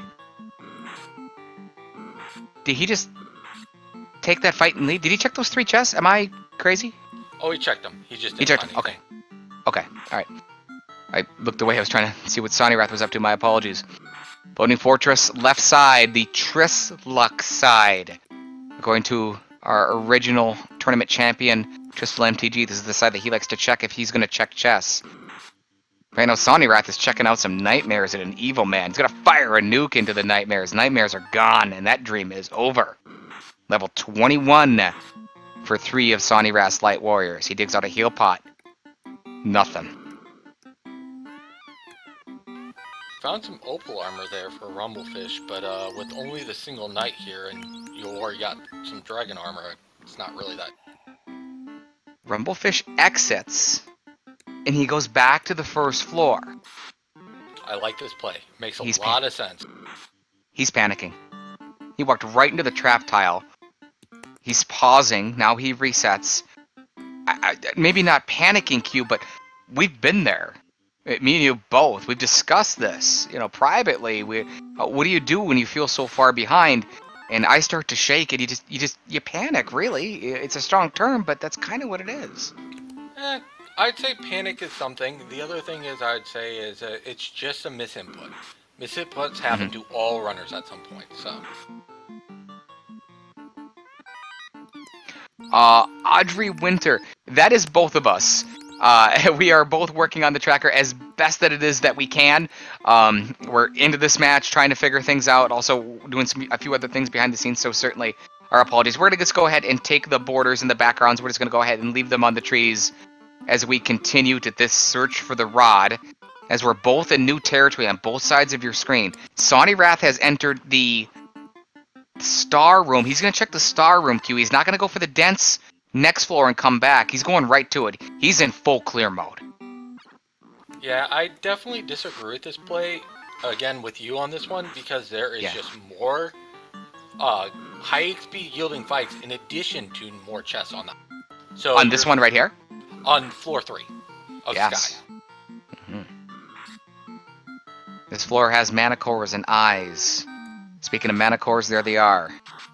Asps with Lightning 3 digging into Rumblefish. Gosh, that's got to be annoying this late in this game.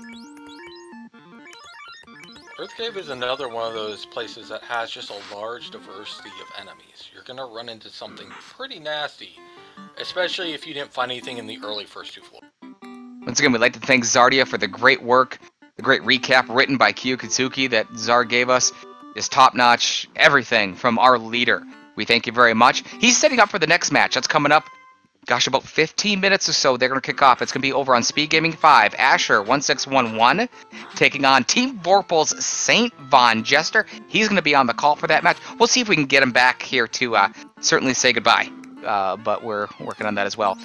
And that's a Bane Sword pickup for Rumblefish. Good.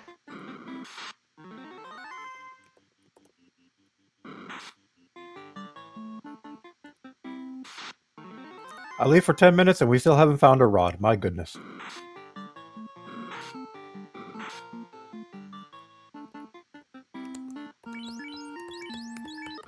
Welcome back, Zardy. It looks like, is that Ikben Maya gonna help out?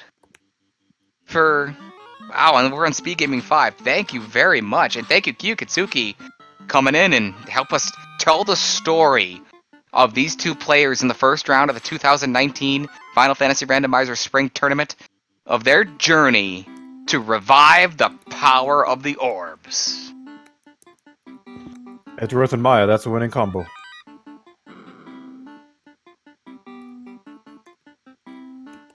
see we're digging the star-shaped room now here on Sawney's end. Yeah, he's found nothing. Still looking for the rod. He did not skip this room and move on to the denser chest location. Odds are in Sawneyrath's favor that he'll pick up the rod. Rumblefish has 2 more chests left to check.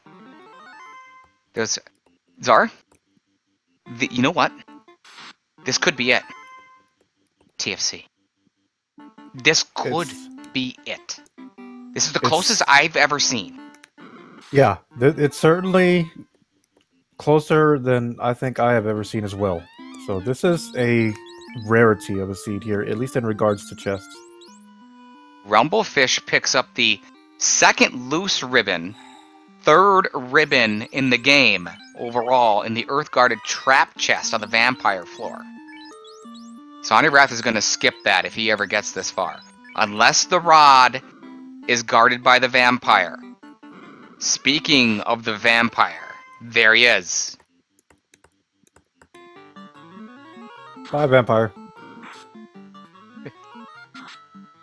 Vampire's toast. What are the contents of the vampire chest? A soft potion. Rumblefish immediately menus and exits it out. Attention to the right side of your screen. These are 6 chests for Sawneyrath. He must find the rod to enter go mode. It is not here. He's still got 8 more chests on this floor. If not, he's got to regroup, and probably so do we. Is it in the top 4 chests? There's a Mazmoon in there. That's good. He puts it on his top.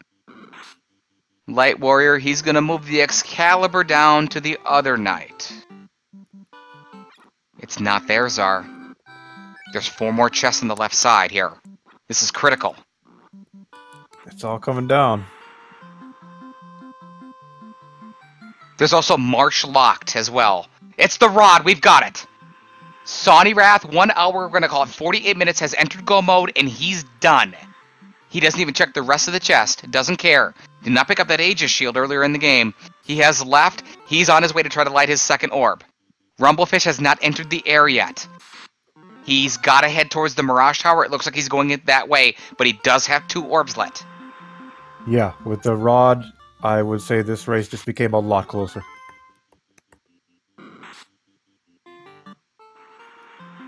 You gotta think Sawney's just gonna go now, and it's not gonna take him long to get into Temple. Whereas Rumble has yet to take to the skies, but does have those 2 orbs. He's headed there. Rumble's cleared. He's cleared this game. He's done everything he can except the last place that you go. This happens. Speaking of what happens on the Bridge of Destiny, Sawneyrath has entered the Bridge of Destiny chat. If you want to see it, we need you to get your Bless RNGs out. Warmack. The streak was ended. Warmack is patrolling this bridge somewhere. It's the original game behavior, but there's just nachos falling out all over the place. And Sawneyrath just wants to get through this and light his 2nd orb. Holy nachos. Yes, this is a nacho bridge.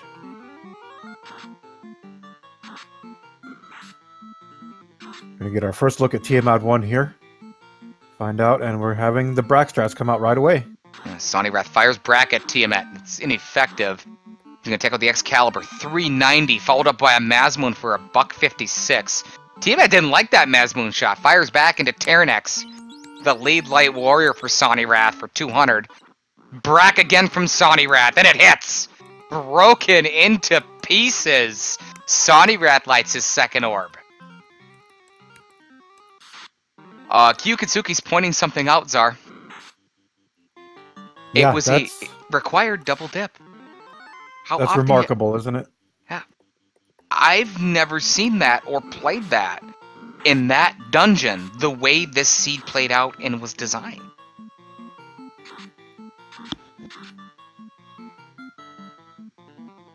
We're all witnessing firsts here in the Final Fantasy Randomizer Spring Tournament. Yeah. Rumblefish has entered the Mirage Tower. This is where he needs to be. He is on the floor that he needs to be. It is the greater than less than room. It will contain the loose floater. Sawneyrath found it at 1 hour 24 minutes. Rumblefish trying to find it before the 2-hour mark. He will. Yeah, at this point, I think Rumble's lead is all but gone, and Sawny is starting to pull away a little bit. Especially with Sawny finding that Mazmoon. He's really stepping on the gas. He's done. He heads directly to the Gurgu volcano. Kind of a subtle move earlier, Czar. We were discussing whether or not he was going to take on Carrie. He's already raided this entire dungeon. He left. And I think it was the right decision. He didn't want to lose all his progress. He said, okay, I'm going to have to come back later. But when I come back later, I'm going to sacrifice that little bit of time. But I know I'm going to get through. Yeah. I mean, Carrie ended up being Paper Carrie, but he didn't know that, so... 1 hour, 58 minutes and change. Rumblefish has his floater. He's got 2 orbs lit. All he has to do is get to the new Gaia, which is either Gaia or Lefane. I think it's Lefane, the original Lefane. Turn that in. It's going to give him the cube. The cube will lead him to the floating fortress, which will lead him to Go Mode and the Rod. Then he just has 2 fiends to kill. That's about a whole 10 minutes right there. Maybe 12. But meanwhile, Sawneyrath closing in on Carrie. Gonna make quick work of her. He's gonna try to light his 3rd orb. Another thing of note here that might be detrimental to Rumble is that he's not class changed yet.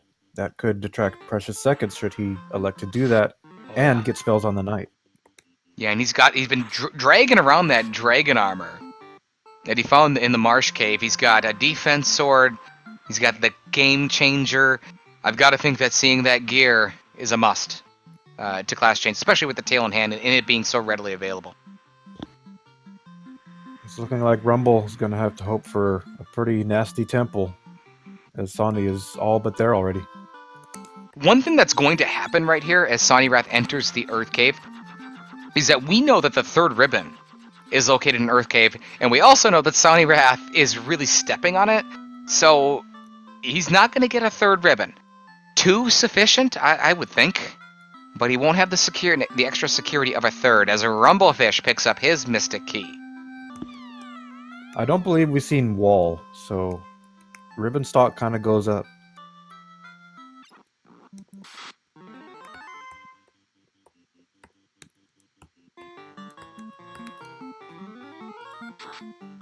Rumblefish needs to find the town of Gaia, let go of his bottle, and pick up that cube. Does not go that way.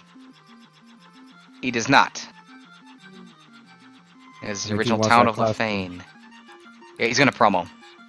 He's excited to do that. I can understand that.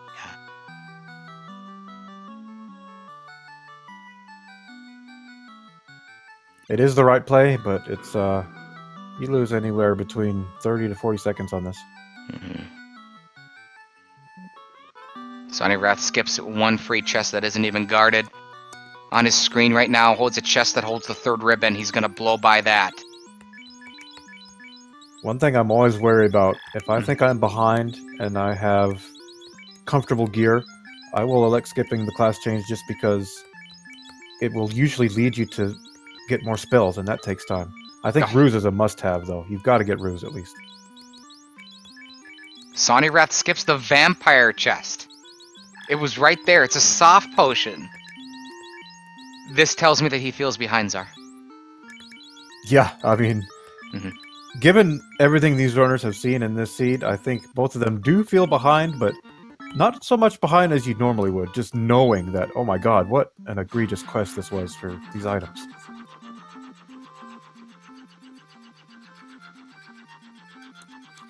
Rumblefish flying around. He's going to check Cardia. Well, there's a loose rod out there. This is the right play again. It is, and that's definitely to Rumble's detriment at this point.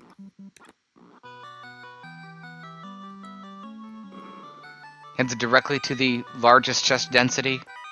It's the right thing. He will find nothing. A leather cap and a rune sword. Brilliant and Insane's favorite sword, by the way. We've all got a favorite sword. One of these days we need to do like a sword bingo and find out who wins.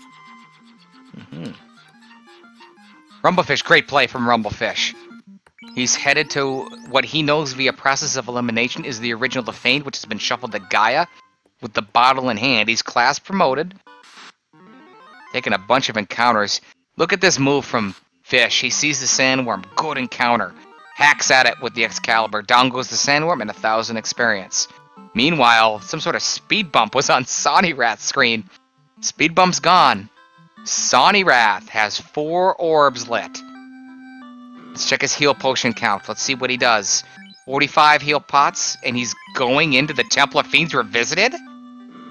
Electing not to get any ruse charges. He does have Defense Sword and Invis 2 shirt, though. 45 heal pots? Yeah, I can't. Must feel comfortable with his healing spells. Badman not hitting too hard. 1 hour 56 minutes, we're going to call it. Sawneyrath enters the Temple of Fiends Revisited.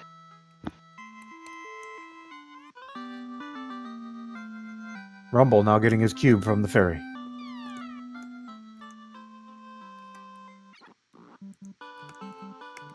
This dive is definitely a gamble. Going in with anything less than 90 heal potions is considered a gamble on just about every type of flag. Yeah, this really confirms he definitely feels behind. He's fighting some gas dragons that have a paralysis touch. Can't quite get away from him in the first round. He's trying to run. He cannot get away from the gas dragons. He's going to change his mind and take the fight? He's going to cure 4 of the night to try to fix the paralysis touch. Oh gosh.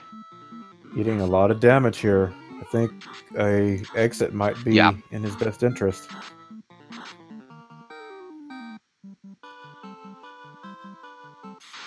Rumblefish has his cube. He gets ambushed by a Tyro. He doesn't like that. He's going to take out this Tyro. A whack from the Excalibur for 423. The Mage Staff for something. The Vorpal for something even awesomer. He's going to take out the Tyro in the second round.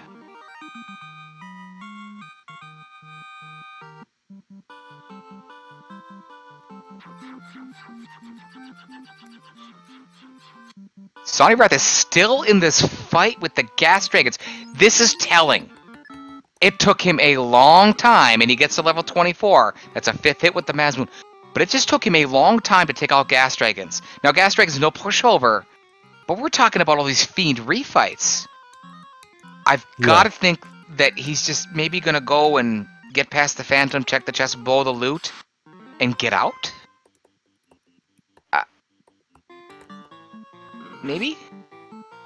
It would be extremely risky to continue the dive at this point. Maybe, take a few more fights on this floor if they're not too long.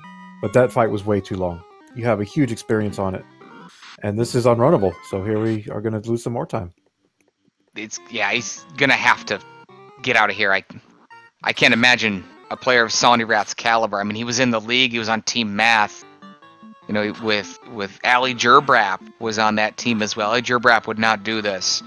So I've got to think that he's going to exit Lee. Big strike from the Mazmoon takes out that fighter. He's at level 24. That's a sought-after area. And he runs into more gas dragons. He's going to try to run, and he gets away this time. I don't know. Pressure. He might just feel like, if I don't push right now, I'm going to lose this race. Sawneyrath continues his dive 2,000 years in the past.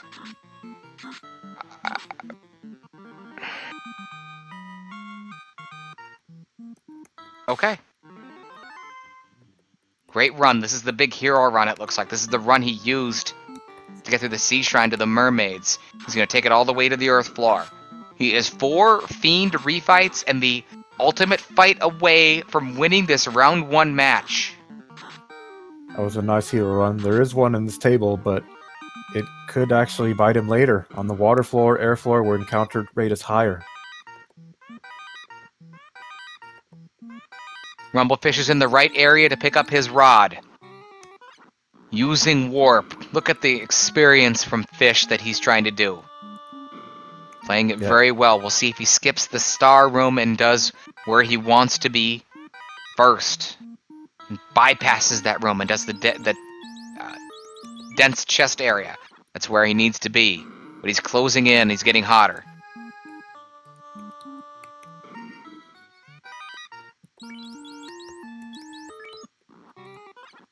Just past the 2-hour mark, Sawneyrath initiates the fight with Lich 2. Lich 2 did some damage last night in some matches with Nuke and Nuclear. Some of our light warriors questing to revive the power of the orbs. Sawneyrath, no issues. Lich 2 is gone, that's 1. 1 down. It's just Lichin'. Rumble's gonna skip the star floor. Oh, great play from Fish! He's going chest density here. This is a better move. This is the great play from Fish. He goes right to the 6th chest. He knows he needs the rod. Went right to the best location that he can. Didn't find it. He's going to go back to his menu. He's going to use Warp. He's going to jump back, go back to that floor. He's going to go north to the 4. He's not going to find... He's going to find the Mazmoon up here. Excuse me. Even with the Vorpal, Mazmoon's good to have. And then he'll warp back, and hopefully he'll go left and find his rod. Zap came out on carry 2, but Sawney is through, and he revives his knight.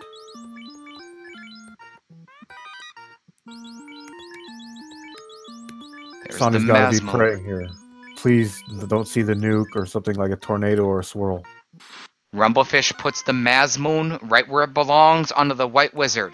He's got his Knight with Excalibur, the Vorpal's on the Red Wizard, and the Mazmoon on the White Wizard. Huge attack power. There's right there. The White Wizard with the Mazmoon whacks one of the mana cores. Meanwhile, Sawneyrath is making his way with a huge run, and he's closing in on Kraken 2. What type of damage does Kraken 2 do? Oh boy. 10 heals left. 9, 8. This is going to be a clincher. Kraken 2. What does he have? Defense Sword's going to be used by Sawneyrath. I don't know if all 4 warriors are going to be standing if he can make it through. He's got the defense off. He's got the power gauntlet off and an Invis 2. Kraken hits, but not very hard. It's only 134, and he gets a fast off. Great turn order, and Sawneyrath got everything he wanted. He's going to attack. Thunder comes out from Kraken. Rumblefish has entered go mode. He's got his rod. 2 hours, 3 minutes. Rumblefish is trying to get back into this. He just needs to light 2 orbs, and he's almost there. There's a nuke from Sawneyrath into Kraken 2. 92 damage. Another round. Sawneyrath attacks. That's not going to fly. That isn't going to work. There's, I think it's the Excalibur. 314. Kraken 2 is terminated. Okay. He's on the Echo of the Floating Castle with 8 heal potions. He pauses in front of 2. He's using the heal 2s. He's got a ton of them. Level 25 now. Do you think about the Vorpal here? He's thinking about trying to kill Tiamat 2 is what it looks like. It's the same sort of strategy. Gets initiative in the fast. The defense gets off on Sawney. They're stunned and it misses and a power gauntlet. It's a free round for Sawneyrath against Tiamat 2. He's got evasion. He's got stacks of hits. Power gauntlet and fast. Rumblefish is on the Bridge of Destiny trying to light his 3rd orb. Trying to get back into this. Black Wizard has perished for Sawneyrath. Kraken 2 went backdoor on him. Sawneyrath is in full attack mode. Oh my gosh, the Excalibur did nothing, but the Mazmoon hits. 600 damage. Another free round from Ink from Tiamat 2, and that misses. No dark status. Tiamat 2 just perished Demarine, the White Wizard of Sawneyrath. He's down to both his knights. Tiamat 2's starting to attack. Tiamat 2's digging into Sawneyrath now. Sawneyrath cannot kill Tiamat 2. Tiamat 2 has paralysis touch, and the Mazmoon wielder is paralyzed. He's down to the Excalibur wielder, and the Excalibur cannot do anything. And there's Zap from Tiamat 2. And the Mazmoon wielder is gone. He's been exiled to the 4th dimension. It's Sawneyrath and Tiamat 2. And Sawneyrath cannot get anything going. There's Blaze. He's got 500 HP. Sawneyrath gets it done. Level 25. He's going to switch to the Mazmoon. And the defense sword over. It's time, Czar. It's cowboy time. He's got 1 warrior standing. Wow. He's got Okay. no heal pots Dangerous. with 6. Doesn't have ruse, but he's got the defense sword. And now he's got ambushed by 3 purple worms with trance. Oh my goodness. Sawneyrath is paralyzed. Sawneyrath is in big trouble, Czar. He's darked. He's This got is dark disaster. status. Oh. That Tiamat 2 had about 1,700 hit points. In peace. Oh man, I gotta go grab my hat because I think it just flew off my head. Sawneyrath perishes. He's going to re-enter the Temple of Fiends Revisited at 2 hours 6 minutes. He's got a lot of knowledge and a lot of information. And he's going back in with heal 45 pot. heal potions. Oh my goodness, Sonny. Those worms are very frightening. They have a high critical rate. Rumblefish has entered the Earth Cave. He's got the Masmoon, the Vorpal. He's got 3 ribbons. That zap isn't going to hit his fighter like it did Sawneyrath's because he's got the 3rd ribbon. He's trying to light his 4th orb. Sawneyrath's lead has shrunk. These are, 2.5, 3 minutes? And knowledge? Would be my guess. Yeah, I mean, gotta feel behind still, taking the gamble without heal pots here. Knows what to expect now, but at the same turn of the key, we didn't see much of anything from the Fiends in terms of skills or spells. That could come out. Wow. No We haven't seen clue. a new... No clue what chaos has yet to come either. No. And go ahead, Will. We have not seen a nuclear nuke. Cure 4 swirl.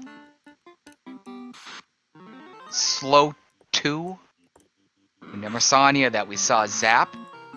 And we see Sawneyrath going back into the Temple of Fiends Revisited with 45 heal potions. He knows that Tiamat 2 has a paralysis touch. He likes his Cure 4s. He's got Power Gauntlet defense. And he was going to go at it. He was going to go at it alone. There's a glance that hits. Now, that Stun Touch hit that top knight, Czar. And now Stone Touch hits his top knight. Now he loses his 2nd knight. Should have picked up that Aegis shield. Does have softs, but they are limited. And we could see zombie dragons again on the air floor.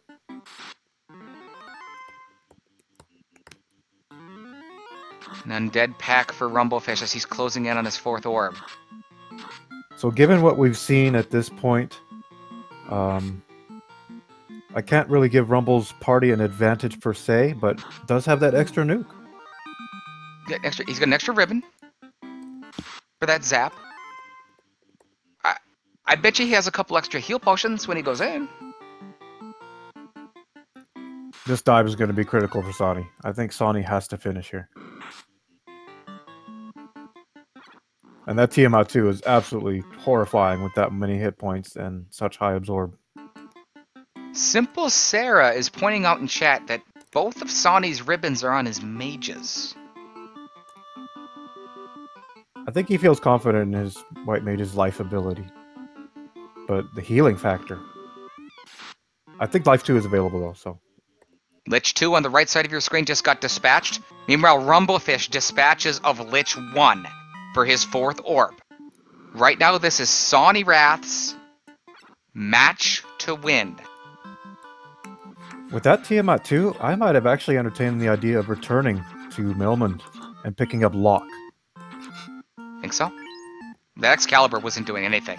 It wasn't even tickling Tiamat 2. Yeah, What if Chaos is like that? I think that Locke would be a good buy at this point, given that knowledge. Rumble doesn't know that yet, but... Rumblefish is entering the Temple of Fiends Revisited at the 2-hour, 10-minute mark with 58 heal potions. Oh my goodness. This is great. Ah. I mean, my hat's off to both of these runners for these risks they're taking. There's a lot of gusto being shown here.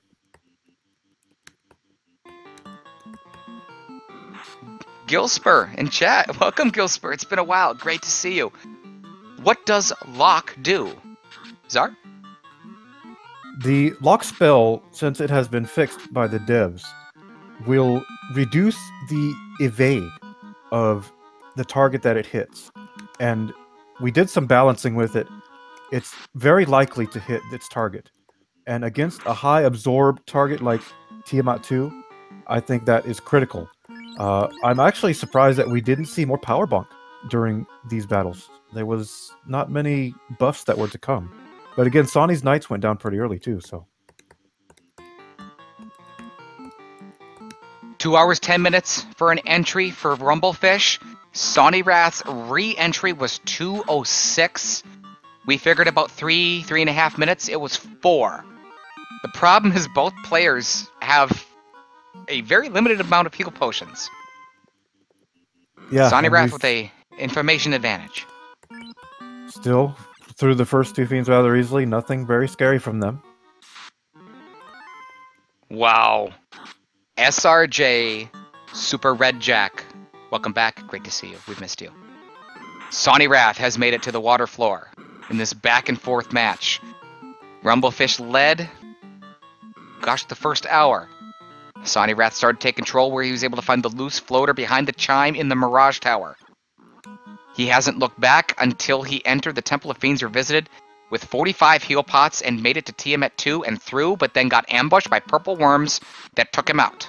Now he's returned to the seafloor and Kraken 2. Kraken 2 took out his white wizard last time. Yeah, they took out a whole bunch of his warriors. Purple worms with trance, no less. Oh, yeah. Excalibur misses. Kraken 2 with a poison touch blasts the Mazmoon Wielder. Into 167. I gotta think a Cure 4 here, Czar, right now. Got to. There it is. Oh no. Sawneyrath loses the Mazmoon Wielder. The Cure 4 misses. It's a wasted shot. Sawneyrath. Oh wow. Doesn't matter. Okay. There's the life spell. Sawneyrath is back to full power. If Tiamat 2's the problems are, he's got to get through her. Knowing what we saw and all those hit points, gotta bonk as much as you can, like maybe 2-3 rounds of bonks. Power Gauntlet gets off for Sawneyrath. The stun misses. Sawney last time against Tiamat 2 got a bunch of free rounds. And he was barely able to get through. The Mazmoon Wielder is the most important light warrior by far. The Excalibur did nothing. There's the zap. Oh god, he lost the fight again. He's down to the Excalibur Wielder. Oh god, I didn't move the ribbons. The Excalibur's not gonna. 4 hits 102. He's gotta attack. Does he have Exver or anything? Does he have anything? I think Brack might be the only option. Oh, Tiamat 2's starting to dig into Sawneyrath now.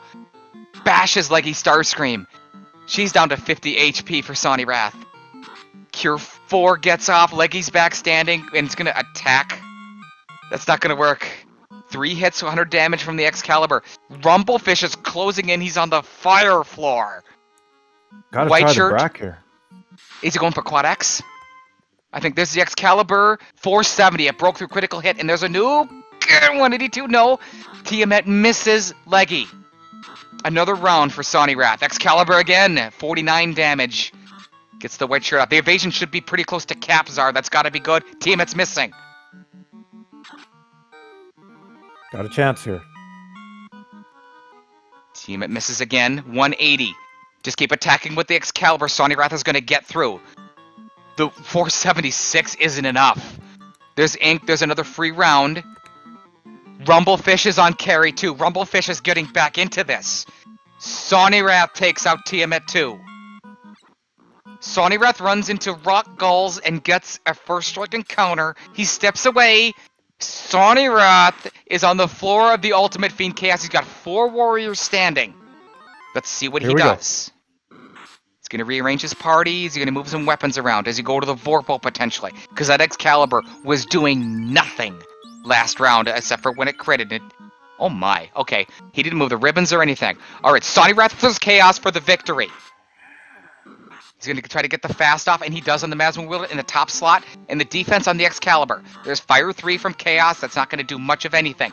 Power Gauntlet by the Mazmoon Wielder. He didn't fast the Mazmoon wielder. Let's see if he does it in the second round. Another power gauntlet to the Mazmoon. Another white shirt, more evasion. There's the fast to another to the. Okay. I think he did get fast off on the He did? Mazmoon wheel. Okay. Ice 2 from Chaos is nothing. More evasion from Sawneyrath. 2 hours, 16 minutes we're closing in on. Rumblefish is 2 floors behind. Temper. He's going to go for Temper. That's a huge hit from that Ice 3 on the non-ribboned Excalibur reeler. 406. Mazmoon, 10 hits, 1150. Wow. GG's and congratulations, Sawneyrath.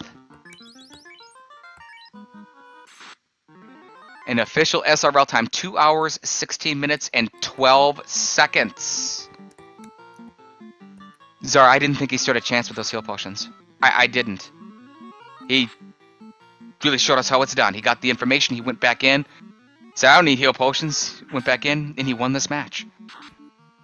A relatively tame temple aside from those worms and the wall of hit points that was Tiamat 2. We'd like to welcome to the broadcast booth our winner tonight right here on Speed Gaming 2, Sawneyrath. GG's and congratulations. Thanks, and all I have to say after defeating Chaos is just, whoa. I thought I was so far behind, but apparently I wasn't. We can update you on that real quick, but right now, the chat, certainly myself and I believe Zardia as well, you entered the Temple of Fiends, you're visited with 45 heal potions. Talk to us. Tell us what you're thinking. I thought I was so far behind that I had to take the risk with a lower amount of heal potions. Normally I'd buy 70 to 90 in order to make it through safely. But because I felt like I was so far behind and I was already at 1 hour and 55 minutes, almost 1 hour and 56 minutes after getting my 4th orb, it was either do or die.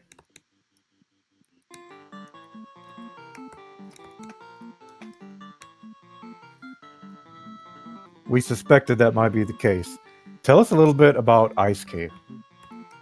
Well, long story short, Ice Cave frustrated me on the first dive because I saw so much damage going out and quite a few instant kills. Quad X being one of the ones that I saw and just went, no, thank you, I will pass. And eventually, I got frustrated with bashing my head against that wall and completely forgot that we had the free canal as well. And just kind of overall derped out. Oh no, you forgot that the free canal was on. Okay, that definitely explains some of what we saw early. I reminded you before this match, Sawneyrath, about that. You did, and I still completely forgot about it. It's okay, my friend. We saw there was a moment with the cube there as well in the upper floors of Mirage. Yeah, I thought I had gotten it, and once I got there, I was like, oh, yeah, I don't have this, so I can't do this. Rumblefish is struggling against Tiamat 2. He's in trouble. Come on, Rumble, you can do this. Like Sawneyrath struggled. He's using the Excalibur, 58 damage. He's down to 1 warrior. It's the Knight. That stun misses. Swirl? Tiamat 2 had Swirl? Rumblefish's opponent, Sawneyrath, never saw that. Rumblefish perishes in the Temple of Fiends, revisited. He's back on the screen. Rumblefish looks at his menu. Taking a look at a few things. What just happened? Double checks his menu. Looking at his levels, looking at his spell charges. What is next? Rumblefish says, pull me under! I'm not afraid. He's going back in. 2 hours, 20 minutes. Q, are you with us, my friend? Yeah, I am, man. Thank you for everything you've done. Go ahead. You had a question for Sawneyrath. So, Sawneyrath, I've got a question. As the first person to see it this tournament, how'd you feel about the required double dip of Mirage Sky tonight? I honestly kind of laughed at the required double dip for Mirage Sky. I enjoy double dipping Mirage Sky for no apparent reason whatsoever. Other than Mirage and Sky are my 2 favorite areas in the entire game. Why is that? The Flying Fortress has always been one of my favorite areas just due to the music and the aesthetics of it. And Mirage Tower having the teleporter, I thought was a really nice touch to be able to make it to the Flying Fortress. And with both of those areas being intertwined, they both just became my favorite areas in the game.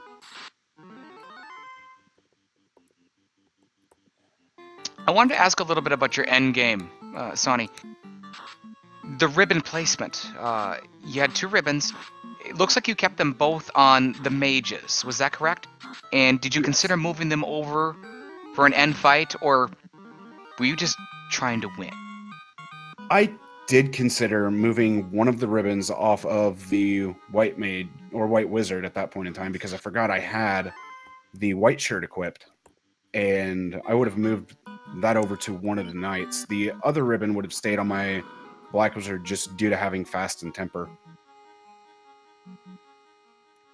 How happy were you to find the Mazmoon just before finding the required rod? And had you found the rod first, would you have booked it?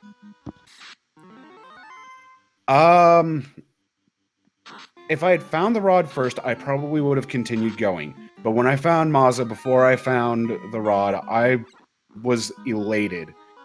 I had 2 very strong in-game swords at that point in time because I already had Excalibur.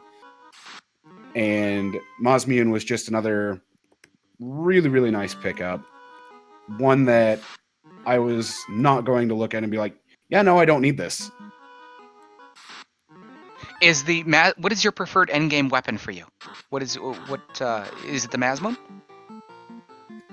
Overall, I prefer using Excal, but I know Mazmoon has more accuracy, more power to it, even though Excal hits every weakness that an enemy might have. So you're more of the practical sense, is what I'm hearing from you, Sonny. You're just going to use whatever sword is right for any circumstance. Correct.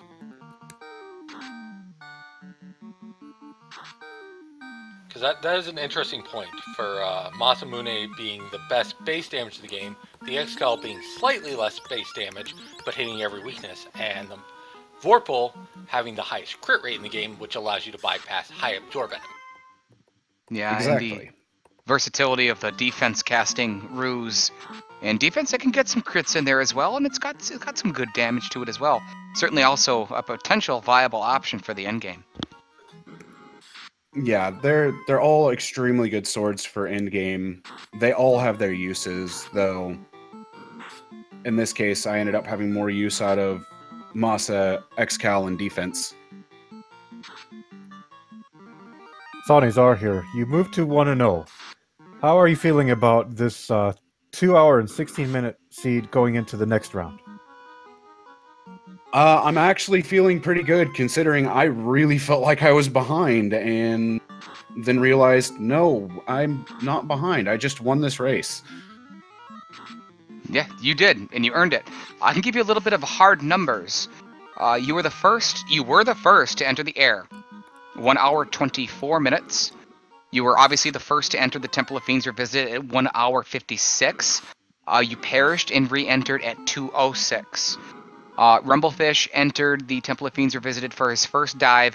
He was 2 floors behind you when you were battling Chaos. He was closing in on Kraken. And he entered at 1 hour, 52 minutes. I think you would agree. Rumblefish had a good lead for quite a while. He did a few things. He didn't go to Marsh Cave. He didn't want to go there. And that leading to a dud of the Oxyale kind of gave him... he took the right route, essentially. And then once you got in the air, once you made that decision to go to Mirage Tower, he put you in the air, you assumed the lead, and you extended it, and extended it, and extended it to be... Let's see, if I was to guess... Oh, excuse me, Rumblefish entered the air at 1 hour, 52 minutes. Excuse me. So he entered the air 4 minutes before you entered Temple of Fiends. Oh, wow. We had the early Oxyale available, and both runners elected to stay away from Sea Shrine. Was that due to your levels? Yeah, I felt my levels were too low to actually go into Sea Shrine. because I felt that if I went into Sea Shrine, I was just going to face wipe after wipe after wipe like I was facing an ice cave. Oof. Kraken 2 had nuke. Wow. Apparently. We saw a lot, too. Wow. Rumblefish gets nuked. He perishes. He's going back into the Temple of Fiends to visit at 2 hours, 26 minutes. Wow, we never saw that.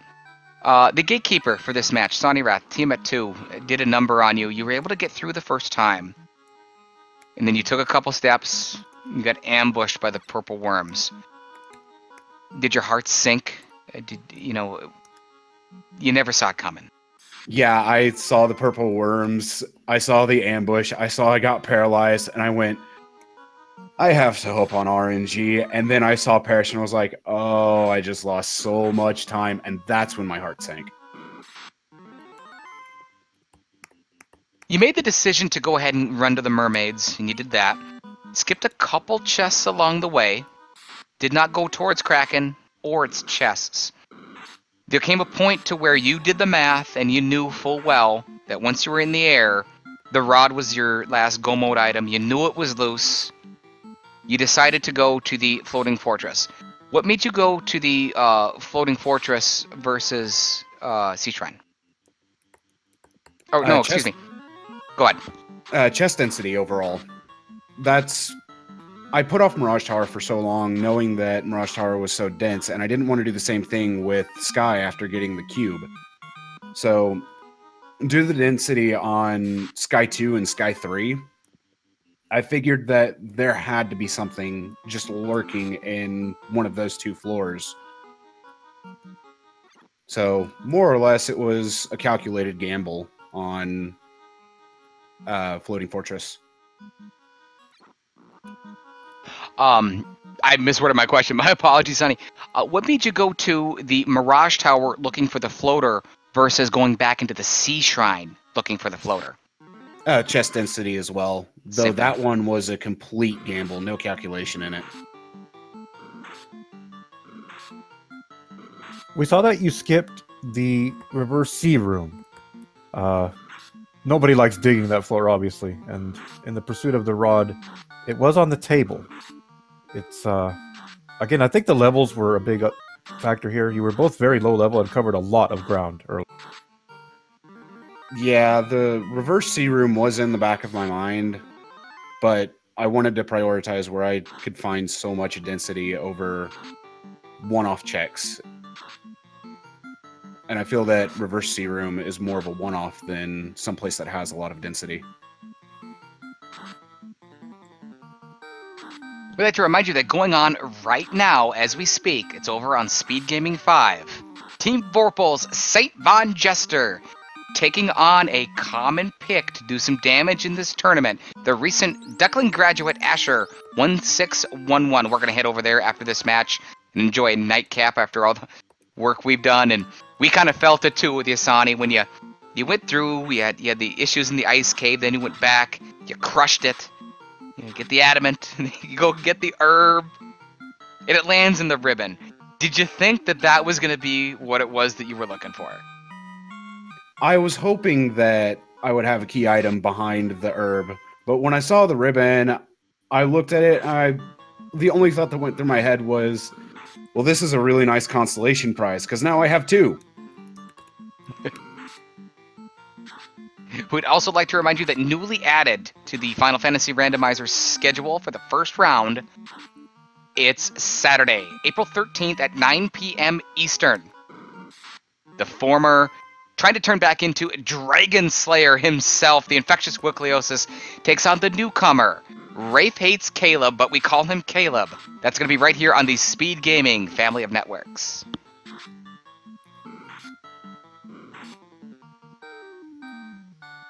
All right, Rumble, you're going to take this Agam encounter, you're going to get the levels you need, and we can finish this thing out here.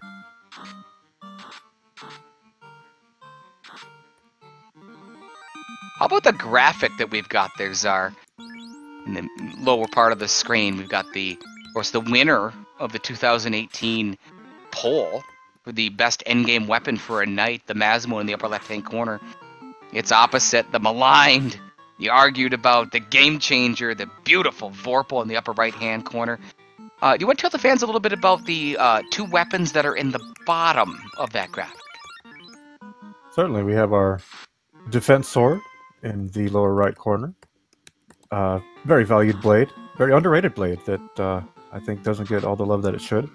And then we have the power staff, which was obviously inserted for the memes. I remember whacking at Chaos once with a white wizard had the power staff. She was the only one left. Didn't quite get it done, but it's pretty. It's an option for white wizard, aside from Thor Hammer. Rumblefish closing in on carry 2. He's been here twice before. He's got the information. He goes right to, he doesn't use any spells. Use the Vorpal. Critical hits. Harry fires that zap. It misses the entire Light Warrior party. Is this a sign? There's a black shirt. Takes out carry 2. Rumblefish makes great adjustments. He's back to the water floor. So you saw that really high hit point Tiamat 2, Sawny. Were you thinking about going back for lock or something like that at any point? I did think about it, but at that point I just went, okay, I need to change my strategy up a little bit. Maybe make sure that I have a few more nuke charges in the barrel ready to go, which I made sure not to spend any nuke charges throughout the second dive of Topher. And be ready with fast, temper, whatever I might need to get the job done. Well, you certainly did get the job done. It was not an easy seed by any means at all. It was not, but it most definitely was a fun seed.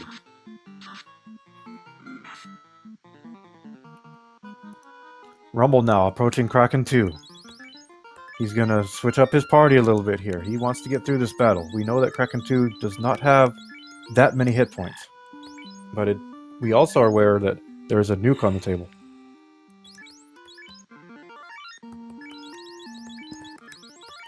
Rumblefish heals up to try to take on Kraken 2. We just found out about that nuke, which we hadn't seen before. And here we go. He's going to go, looks like, with an onslaught. Rearranges his party. Double nukes. There's the thunder with the initiative from Kraken 2. Rumblefish fires back with a nuke. It's resisted. It's only 104. Rumblefish trying to get some evade. Here's another nuke. 167 and a power gauntlet on to round 2. Does he not have fast? Sonny, what level was fast? He does not have it. I believe fast was level 5 or 6. Should have been 5. I'm checking to make sure. 172 from Fish. He fires a No, quad it was axe. 6. And it misses. Down goes the Black Wizard. It was 6? It was 6, and Tipper was 7.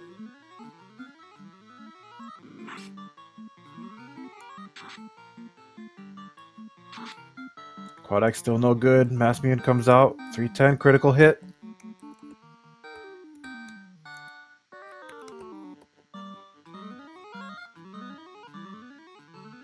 Rumblefish starting to heal.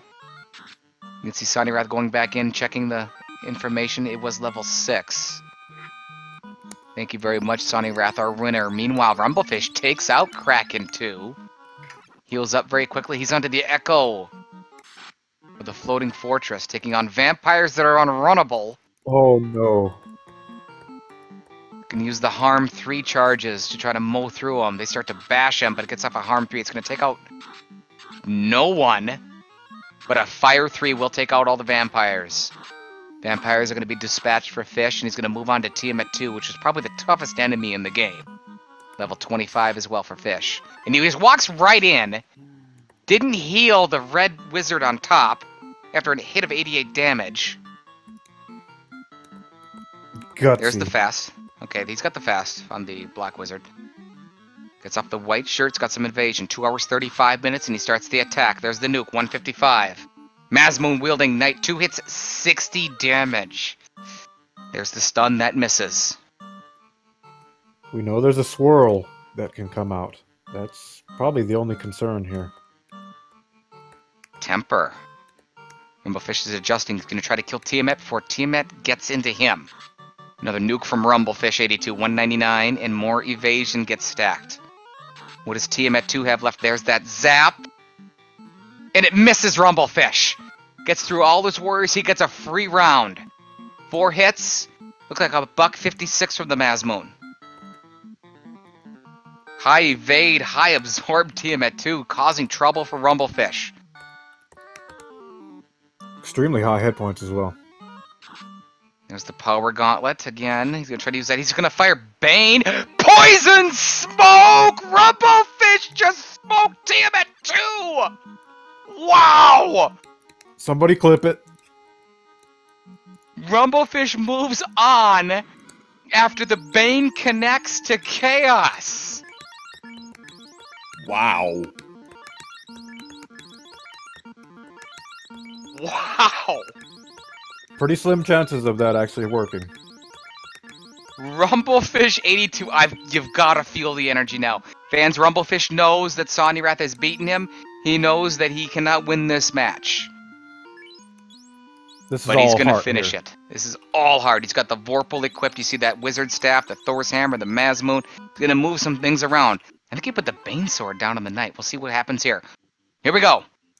2 hours, 37 minutes. Rumblefish trying to finish out this match against the ultimate Fiend, Chaos. At the Knight on the bottom. He's going to go for evasion. Gets the white shirt off. That's going to give 40 points of evade to all the Light Warriors and fire a nuke. And he gets the fast into the Knight. There's Fire 3 from Chaos. We believe Ice 3 was in this spell list as well. He did have fast, thank goodness. Take us home, Will. More evasion stacks. He's going back to the power gauntlet as well with some chip damage from the nuke for 165. There's the Blizzard. That's the first skill in Chaos's list. Does he have something that Sawneyrath didn't see? Sawneyrath was able to take out Chaos before he could see too much. There's another nuke. It's resisted again for 127. We're on to another round. He's looking at his Cure 4. He's out of tempers. He's out of tempers on the Red Wizard. What do I do? Look at him. Look all over the place. Do I heal? Oh, God, I don't know what I'm going to do, he says. He's got the tempers, though. That's what he's going for. He's going to go for damage. Cure 4, Fog 2. What do I do? Cure 4? No. I heal 2. I'm going to try to heal. No, I'm going to go for more evasion.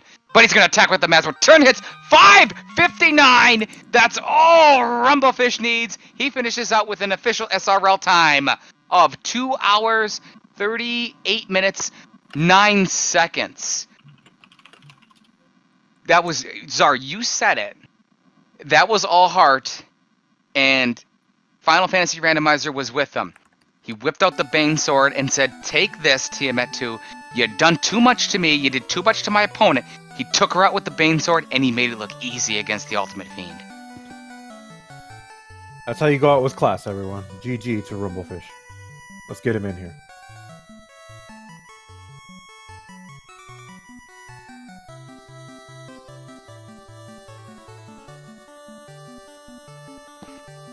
We can tell you that right now in Sawneyrath, I know you're here, but Sawneyrath congratulating Rumblefish.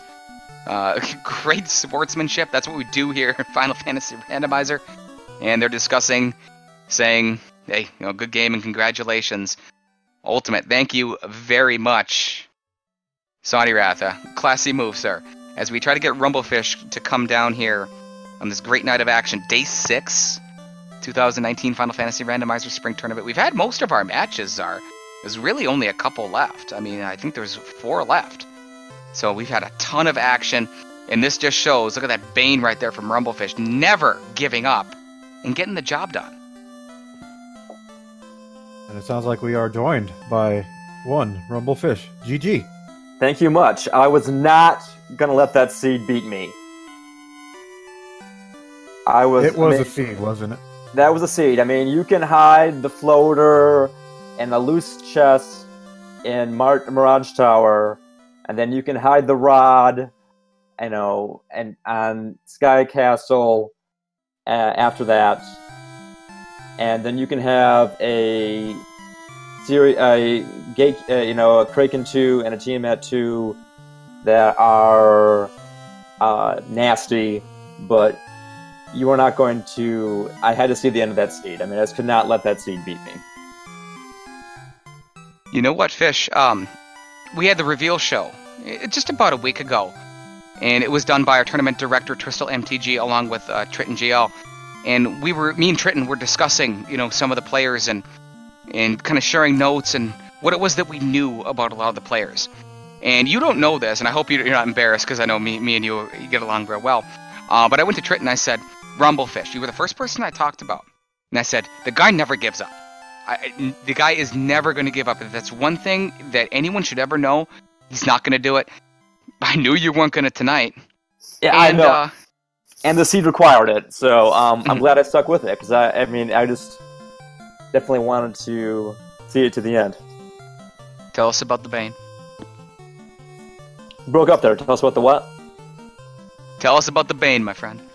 The Bane, yeah. Well, that ended up being like a lifesaver. I mean, I think I used the Bane sword, right? Not even the actual Bane spell.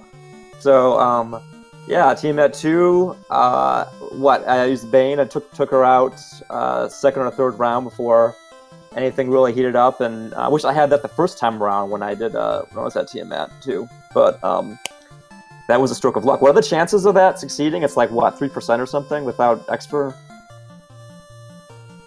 It's really low, but it does work on occasion, and that got me through a tough fight. Like, I got a jail-free card, basically.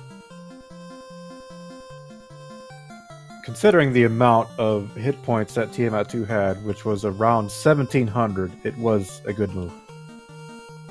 I concur, because I was trying to whittle it down the first time around, but I just did not quite make it in time. So you played very well. You had a lead, probably for the first hour or so. Oh, really? Tell us about your early game a bit. How are you feeling about how things were developing? Well, that was not how I was feeling. I thought I was behind, because I went to Marsh Cave first, and got the Oxyale from the incentivized item chest. And then, as I was trying to make it out, but, I had the wipe there. And then I was like, well, crap. Well, with the Oxyale, then, and I thought, well, it's not, that's not going to lead me to the floater in all likelihood, because it's just going to open up the way to the She Shrine. There's no incentivized item there, so just skip it. And so then I tried every other thing placed on the planet, and then I went to Waterfall, and I had a nasty wipe there right at the bosses. So, and then I forget where the ruby was, but I thought, and then I was going through, like, I was just checking every chest, so I thought that the floater was someplace in a loose chest, and then I thought, oh wait a minute, I have the ruby, I didn't turn that in yet. It must be a ruby lock seed, and I thought, oh no, I must be real behind, I'm like super behind. So then I went to Sarda, and lo and behold, Sarda gives the loot. So in fact, it was the floater was in there someplace as a loose item. So then I thought, well, it has to be like within the Sea Shrine then. So go back and get the Axiale. So I got the Axiale, went to the Sea Shrine, and tried to full clear the Sea Shrine, and still nothing. And so I was just like, where could I have gone? Because I didn't get the initial chest from Temple of Fiends. I thought, I bet you it's still there, and I bet you Sawneyrath is like basically up in the air, like immediately, because I forgot to get the the loose item in Temple of Fiends. But no, it was not there. You had to go. So that was like an Earth Cave, and then Mirage Tower is on the second floor as where it ended up being. So I thought actually I was behind the entire seed, and I was surprised that because when Sawneyrath eventually did win, I was just like a fiend behind. I was just at a Tiamat, so I mean it must have been pretty close towards the end there. You were a floor behind, floor and a half, somewhere in there. Fish, we came into this together. Remember last year we were both kind of new, and we both entered the tournament, and I know I had a lot of fun. I certainly can't speak for you, but here we are a year later. For me, it's just as fun as it was when we started. How about you? Yeah, it's certainly I mean, you just got to give it the credit to the people the programmers behind the randomizer. Because, first of all, they took a very cool game, a timeless game, in my opinion, a classic, and they made it so that it's a new game each time. And when we first came to it, we didn't have nearly as many options as we had now. I think that basically they just randomized the chests, and that was about it. I mean, now we can like change there's a floor shuffle, Now we can, acquire certain characters, ban certain characters. We can do all kinds of, wacky stuff with the colors and everything like that. So, I mean, this is just like an extremely exciting seed to play, randomizer to play. I've done the Final Fantasy IV randomizer, and I like this one a lot better, the Final Fantasy I randomizer, because I think there's a lot more skill involved. The Final Fantasy IV randomizer seems to have a lot more to do with chance, in my opinion.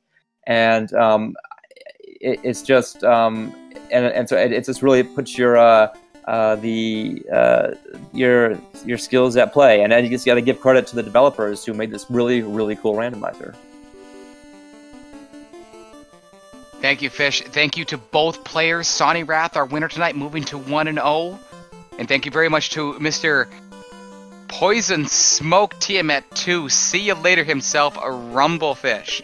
I'd like to remind you that the next match coming up, it's going to be right here on the Speed Gaming Network. That is Saturday. It's going to be April 13th at 2 p.m. Eastern Time. Braxis Muse takes on Len the Cat. That's going to be fantastic. Lord Fizzlebeef will be on the call for that one, we believe. So that's going to be the next Final Fantasy Randomizer action. We've got about 4 or 5 matches left here in the first round, right here today, as we are on day 6.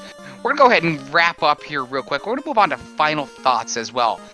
Sawneyrath, moving to 1-0. Final thoughts on either tonight's match or moving forward in the spring tournament? As for tonight's match, I had the same feeling as you throughout the entire Seed Rumblefish. I felt like I was behind the whole time. But GG, way to go on work on Tia 2, because that was just insane.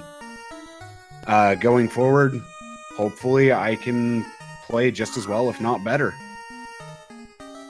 Rumblefish. I just want to say GG to Sawneyrath. I mean, I'm glad we both made out of the seed alive eventually, and looking forward to the next round. Team Vorpal finally getting back together. We hadn't done it since October Czar. Always an honor and an incredible pleasure to work with you and bring the fans of both Speed Gaming and Final Fantasy Randomizer this great game that was showcased tonight by 2 players they don't see very often that really duked it out in a tough, entertaining, back-and-forth match. It was an absolute pleasure. This was a great race. I can't wait to go back over the VOD and just, take notes of how everything developed for the next round. I know that I learned quite a bit in the seed myself about how things can develop, and first double dip Sky. What more can you ask for here? Yeah. I'd like to thank Speed Gaming for allowing us. They're the ones that provide the platforms that we can bring our great game, our great community, and our incredible show into the home of the fans, of anyone that wants to see it, whether you're watching live right now on Twitch right here on April 11th, 2019, or if you're part of a YouTube watcher. That's where I came from, and I used to watch these all the time. We see you all the time. We are always there. Thank you for your support. We know you're there, and you guys are fantastic. Speed Gaming, our restreamer, Kirikito, got us all up and going, did all the audio levels. Thank you so much. Our tracker, one of the best tracking jobs I've ever seen, joining us in the commentary booth. Mr. Everything, Kyukitsuki, thank you so much. For Zardia, the leader, my name is Wukleosis. We're just in week 1 of the 2019 Spring Tournament. Whole bunch more action to come, and we can't wait to see you again. Going on live right now on Speed Gaming 5, Asher1611 battling St. Von Jester. We're headed over there to watch that show. Enjoy Final Fantasy Randomizer, have fun, and we'll see you next time in the 2019 Final Fantasy Randomizer Spring Tournament.